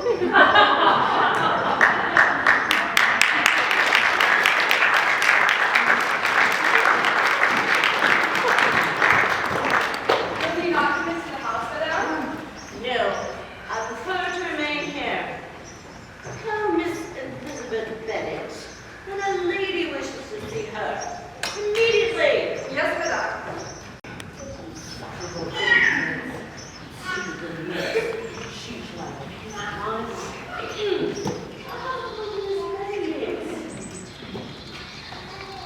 You can be at no loss to understand the reason for my journey hither. Your heart, your very conscience must tell you why I come. You are mistaken. I can only have the pleasure of seeing you here at all. Miss Bennet, you should know that I am not one to be trifled with. I have just been told that Miss Elizabeth Bennet will in all likelihood soon be married to my nephew, Mr. Darcy. Though I know it to be a scandalous practice, I instantly resolved to come to this place to make my sentiments known to you. You're coming to Longbourn without your confirmation of it, if such a report is in existence. If do you not pretend to be ignorant of it? Do you not know that such a report is spread about? I never heard that it was. Then can you also declare that there is no foundation in it? Your ladyship may ask questions that I may choose not to answer. This is my born Miss Bennet. Has my nephew made you an offer of marriage? Your ladyship has declared it to be impossible. It ought to be so. But your aunt and yours may have made him forget what he owes to himself and to his family. You may have drawn him in. If I have, I shall be the last person to admit it. Miss Bennet, do you know who I am? I am not accustomed to such language. I am Mr. Darcy's own aunt, and I am entitled to know all his dearest concerns. But you are not entitled to know mine. Let me be rightly understood. This match can never take place. No, never. Mr. Darcy is engaged to my daughter. Now what have you got to say? Only this, that if such an arrangement has been made, you have no to make an offer to me. Well, the evening between them is of a beautiful cause. While in their cradles, my sister and I made plans for their union. Surely.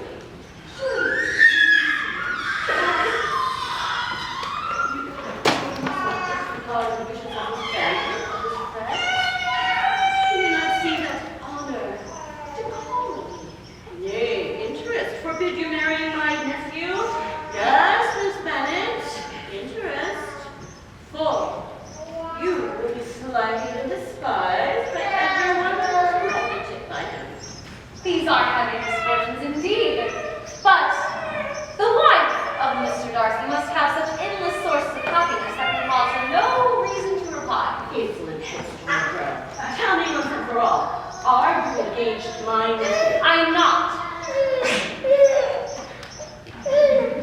And can you likewise promise me that you will never enter into such an engagement? I shall make no promise of the kind. Miss Bennet, I'm shocked and astonished. I shall not go away until I have received the assurance I require. Lady Catherine, I will be importuned no further on the subject. You must allow me to return to the home. Not so hasty, if you please. I had hoped to spare you this last humiliation, but your insolence forbids. I am no stranger to the particulars of your sister's infamous elopement. I know all. The young man's marrying here has all of the earmarks of a patched-up business at my nephew's expense. Oh, you can start me. Nobody knows about this affair better than you. My nephew must have spent £5,000 or £6,000 to save your family from disgrace. You used your art well. I should think that such generosity would inspire your gratitude, if not your sense of decency. Lady Catherine, It is useless to protest. I have my facts from the very best authority. Heaven knows Darcy has every reason to avoid Wickham and his flirtations and entanglements. But that is the family affair. But you have mixed him up in them again to the extent of £5,000. But that is not enough for you. No, you want to make the shameless girl his sister and the son of his father's steward his brother. Heaven and earth, for the shades of Pemberley to be thus polluted. Lady Catherine, you have insulted me in every possible way. I will hear no more comments on this subject. You are free to go. Sarah, you then resolved to have him? Lady Catherine, I have nothing further to say. Very well. I shall do not imagine that you and me should be gratified. Depend on it. I shall carry my points. I take no leave of you, Miss Bennet. You deserve no such attention. You shall know what it is to rouse my displeasure.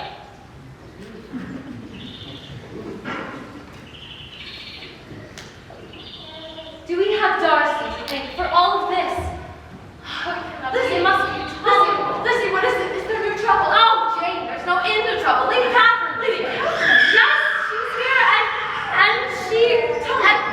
Tell me, Jane. She says that it was Mr. Darcy who paid off the Wickham's debts. It was Darcy who's done everything. Darcy? Yes, you must be mistaken. It was my good uncle. No. From my aunt's notions in the letter, you know I did not allow you to read it. That's what Lydia let fall, and her fear of Wickham's anger. No, it must be true. It was Darcy. Well, dear, even so, that should cause you no distress. Mr. Darcy's motives are clear enough. No, I know his motive. He feels that he was responsible because he was not forthright about Wickham's character. He feels that because he was silent on his duty, he let us all down, and now he'll despise us. He'll never wish to see us as long as he lives. Lizzie, take your prayers. Is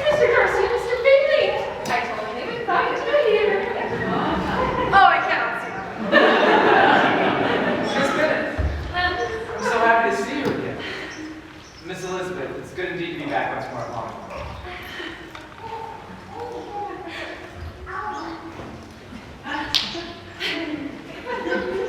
Miss Bennett, believe me, I should have not followed my friend. I only expected to ride with him to the lodge. When I saw my aunt come away from here, and from something she said, I feared, I imagined that she may distress, offended. Miss Bennett is going to show me her message. We should be back directly. Forgive my intrusion. I will go. No, Mr. Darcy, stay. Excuse my incivility. Your aunt has been here and it has distressed me, like you said, but she has told us of our overwhelming obligation to you and your unexampled kindness to my poor sister. What? Wait, no, I'm sorry, Miss Bennett. Pardon me.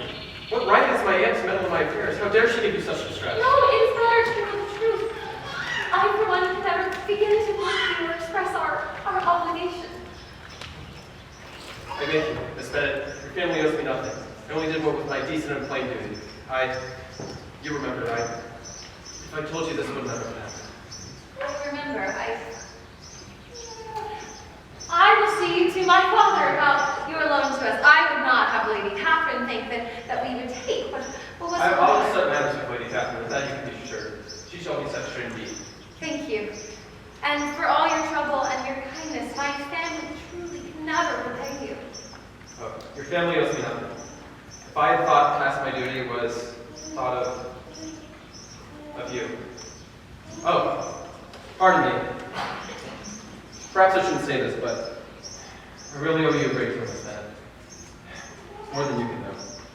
I really am not the potential break which I must seem to you. I wish you could forgive my awful compliance. On one condition. Name it. You forgive my warrants of prejudice. Oh, Miss Bennett, I think that after all, we shall have to be grateful towards my aunt. She's done us an enormous service. Well, Lady Catherine loves to be useful.